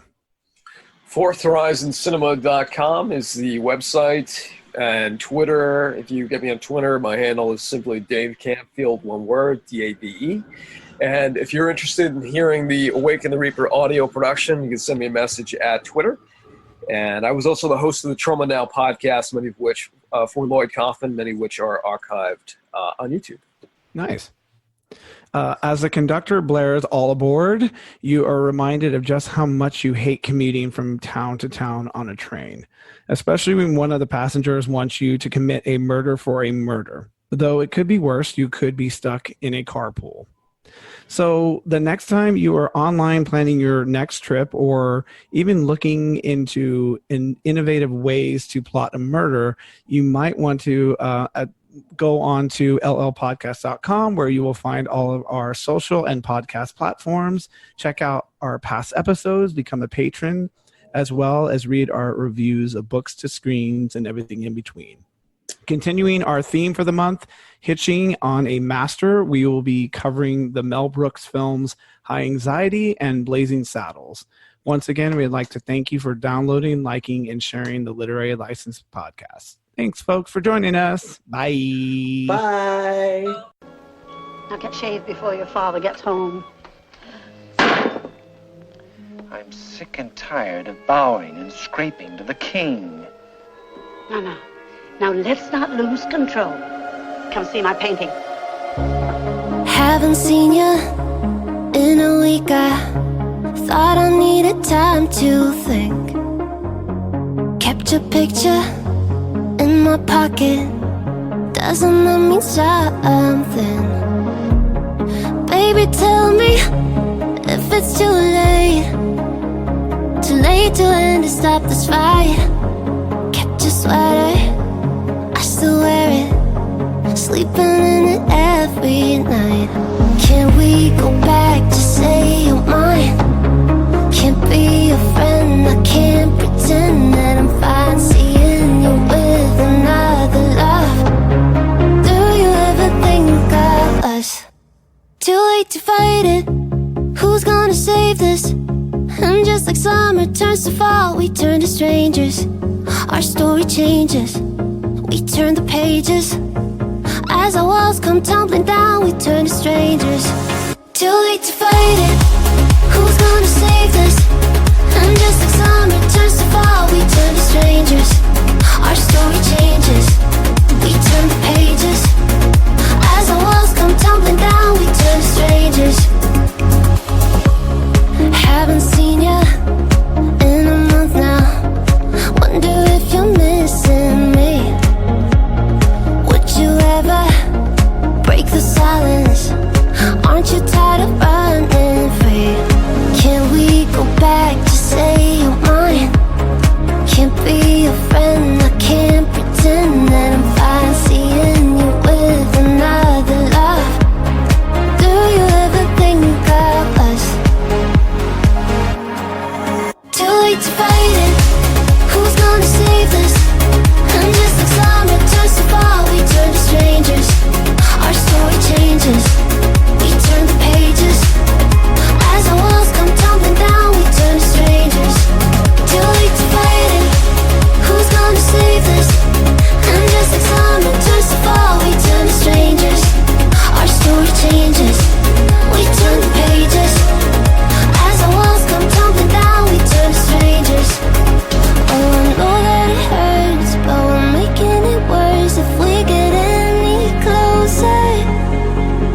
Yeah, I know that it hurts, but we can't make it work, 'cause the fire's out, we turn to dust. Too late to fight it, who's gonna save this? And just like summer turns to fall, we turn to strangers. Our story changes, we turn the pages.